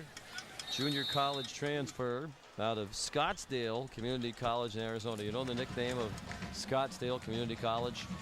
The Cactuses. One of my favorite nicknames in sports. I learned this at the College World Series this year. They have a very good baseball program there too. The Fighting Artichokes. Interesting. From Scottsdale Community College. You're a choke. Is that a fruit or a vegetable? I don't know. It's fighting, whatever it is. From the Fighting Artichokes. When I mentioned it during the College World Series. I'd like a hat this time around, please. Bald guys like hats. And one for his partner. 37-yard punt by Knoll. The former choke did not choke there. 26 seconds to go. Disappointing result for Tulsa, but they are still picked to have a good year in Conference USA in the preseason poll. Picked to finish second in the West Division behind Houston. And a very good team coached by Art Briles. Another one I think of the coaches around the country does a great job and doesn't get very much attention for it. Yeah, there are a lot of them out there. And you look, they have UAB coming here next week and chance to bounce back. They'll put this one to bed, learn from it, and get ready for conference play. And the four straight convincing wins for Oklahoma. Flag thrown as David Johnson threw one deep. The flag thrown in the secondary. Lindy Holmes was back there in coverage. Sideline warning on Tulsa. Wow. Better behave for the last 19 seconds down there, boys. I see the get him back coach down there. Getting him back. Yeah, he did a great job for 59 minutes and 41 seconds. A little lack of sideline discipline there at the end. Not a lot of room on the sideline here at Chapman Stadium. Looking forward to coming back next year when they have renovated this press box. Couple of suggestions for them. Air conditioning would be good and a men's room. And not necessarily in that order.